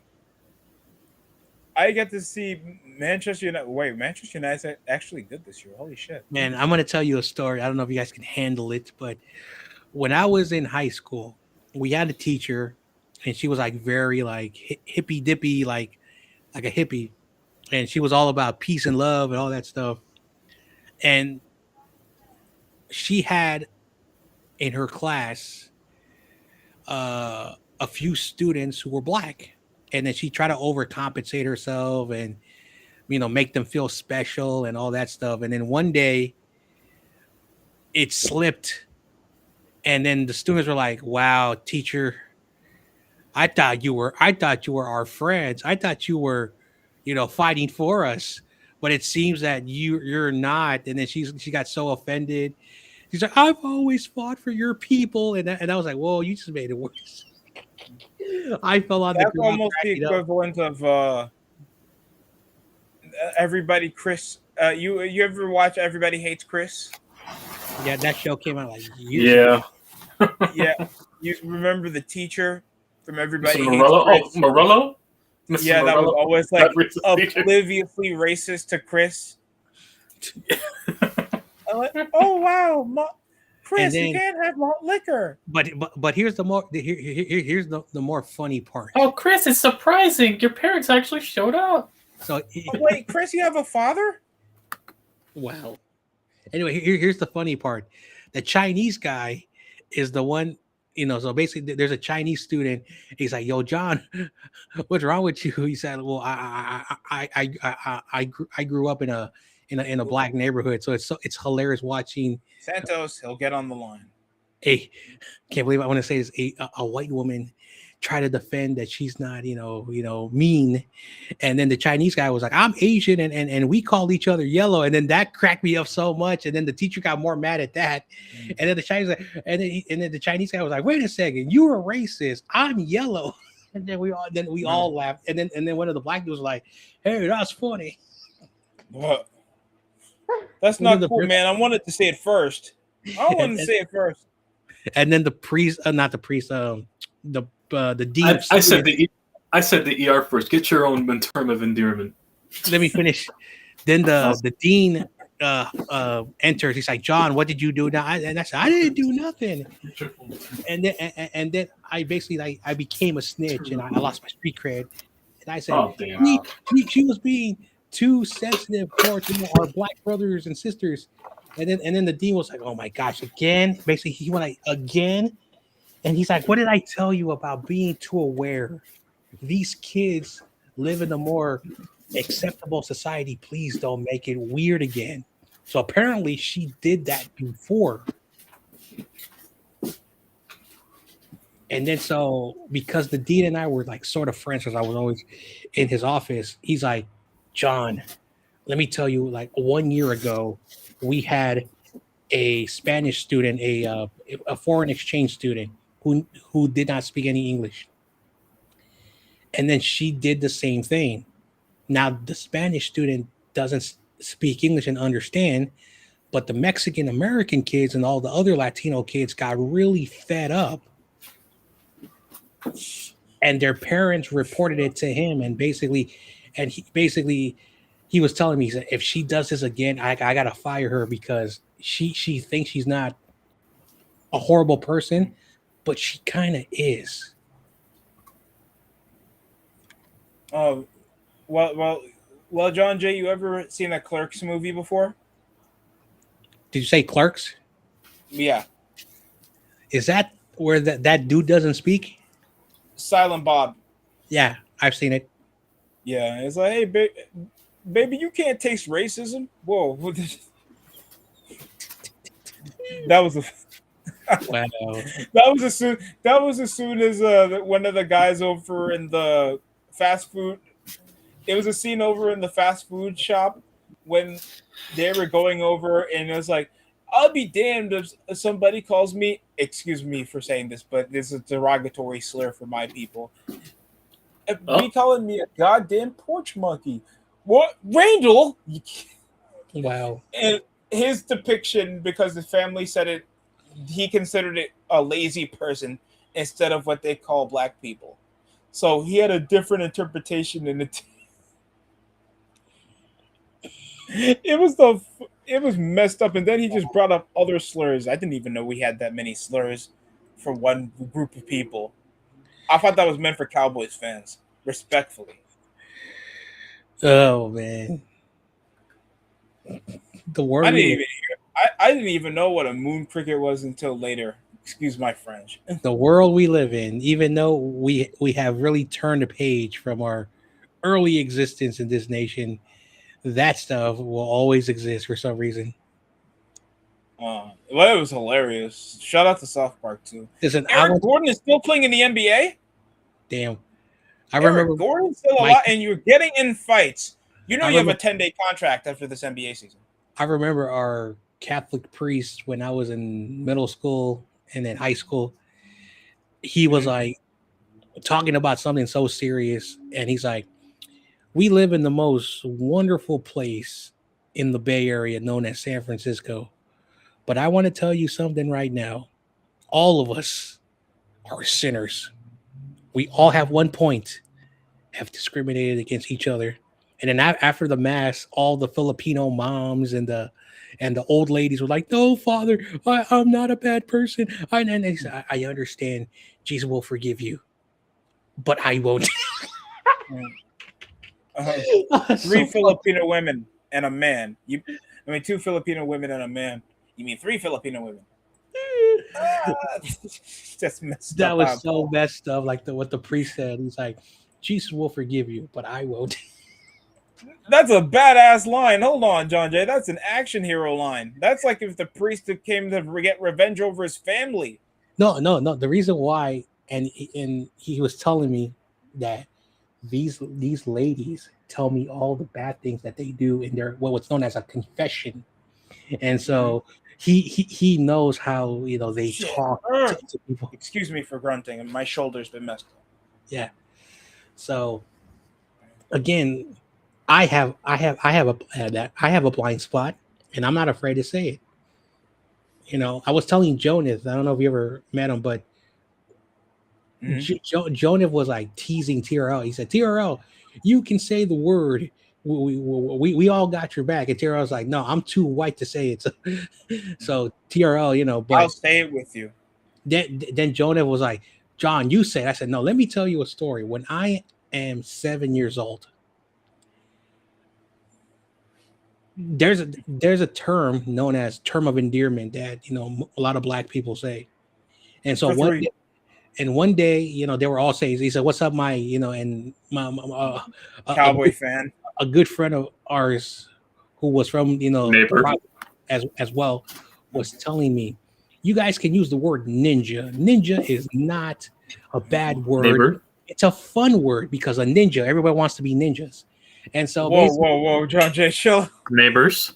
Ninja, please get that ninja off my property. The property value has gone down since these ninjas came around. Whoa. The point is that I use ninja, but the other one, and they're like, well, John, we like you, but don't ever say it again. And and so because of that experience, I'm really freaked out to say it. So the only word I try to use when I try to tell stories about that. John Jason Ninja, please. He got out of the cookout real quick.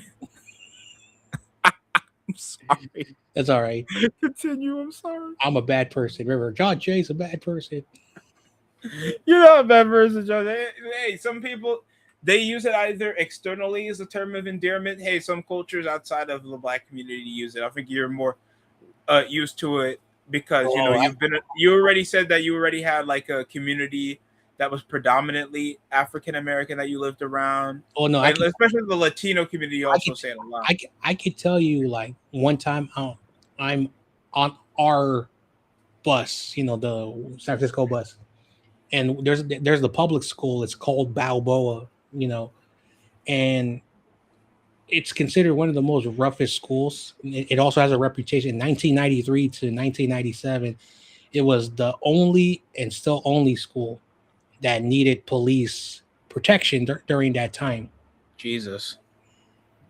Because at the time, California, from 93 to 97, there was a lot of a race issue where, like, in the California public schools, they try to diversify everybody. And some people, are not huge fans of that. And so you did have a bit of a boil of that. And so they have a very bad reputation. So when I was in high school, it still had a bad reputation. And of course, a lot of kids, were affiliated. That's all I'm going to say. But when I was back in my high school, a lot of the Asian kids live in black communities. A lot of people don't know that in the West Coast. And they're around that environment as well. So I'm not saying Chinese kids in the Bay Area are like ghetto, but the ones that live in the surrounding area grow up different than the kids from Chinatown. The kids from Chinatown are more button up, traditional. The same thing in Filipinos. The poorer. The Filipino people would say it. They're like black Asians compared to Chinese people. Filipinos, the one that live in the more predominantly suburb areas, compared to the Filipinos that live in downtown nearby the San Francisco Giants Stadium. That's the ghetto. A lot of people don't know that in San Francisco. That's the Filipino ghetto. Those kids are also around Mexicans, blacks, etc. And so there's all the Samoans will say it, and I can't do anything about it. And of course, Samoans are like that warrior, style mentality. Like they're good people, they're nice people. They will give you the shirt off their back. They will take care of you. They will consider you part of the family. But at the same time, if you fuck with them, you're gonna see a Samoan mom with a sandal, and then you're gonna see her big boys, usually about 12, and they're like, you don't want to see a sign like that. So. Oh, wow. That's the thing about California. Like, that's why we, now Southern California is much different, but in Northern California, like everyone understands the term of endearment because every ethnicity, and we even have white, get like the white guys who are ghetto and white girls who are ghetto. Oh my gosh.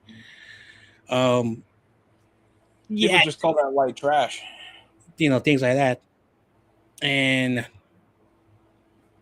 yeah, San Francisco is very different. Like we may be very diverse, but the poor people stick with each other. And that's why I don't want to bring up this person's name, but a 49er fan who doesn't show up to the 49ers community talks about how they're certain kind of messed up. I said, now, poor whites and poor blacks are more in common than you think. I know you have your mentality, which I disagree with you, but that's about it.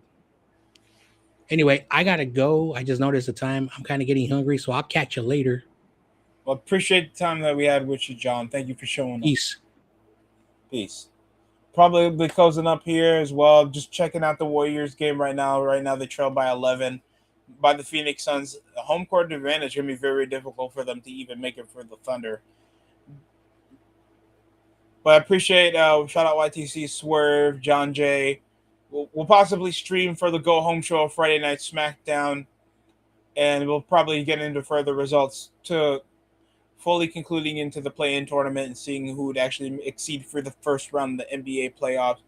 And we'll get a possible WrestleMania stream for 42 unless YTC's doing it first, but I heard he's saving for the draft. But anybody's welcome to come. Just try to keep it professional and on topic. That's it for me over in the DST show. Like, comment, subscribe for more. Thank you for supporting. That's it for me. I'm going to take my Tylenol.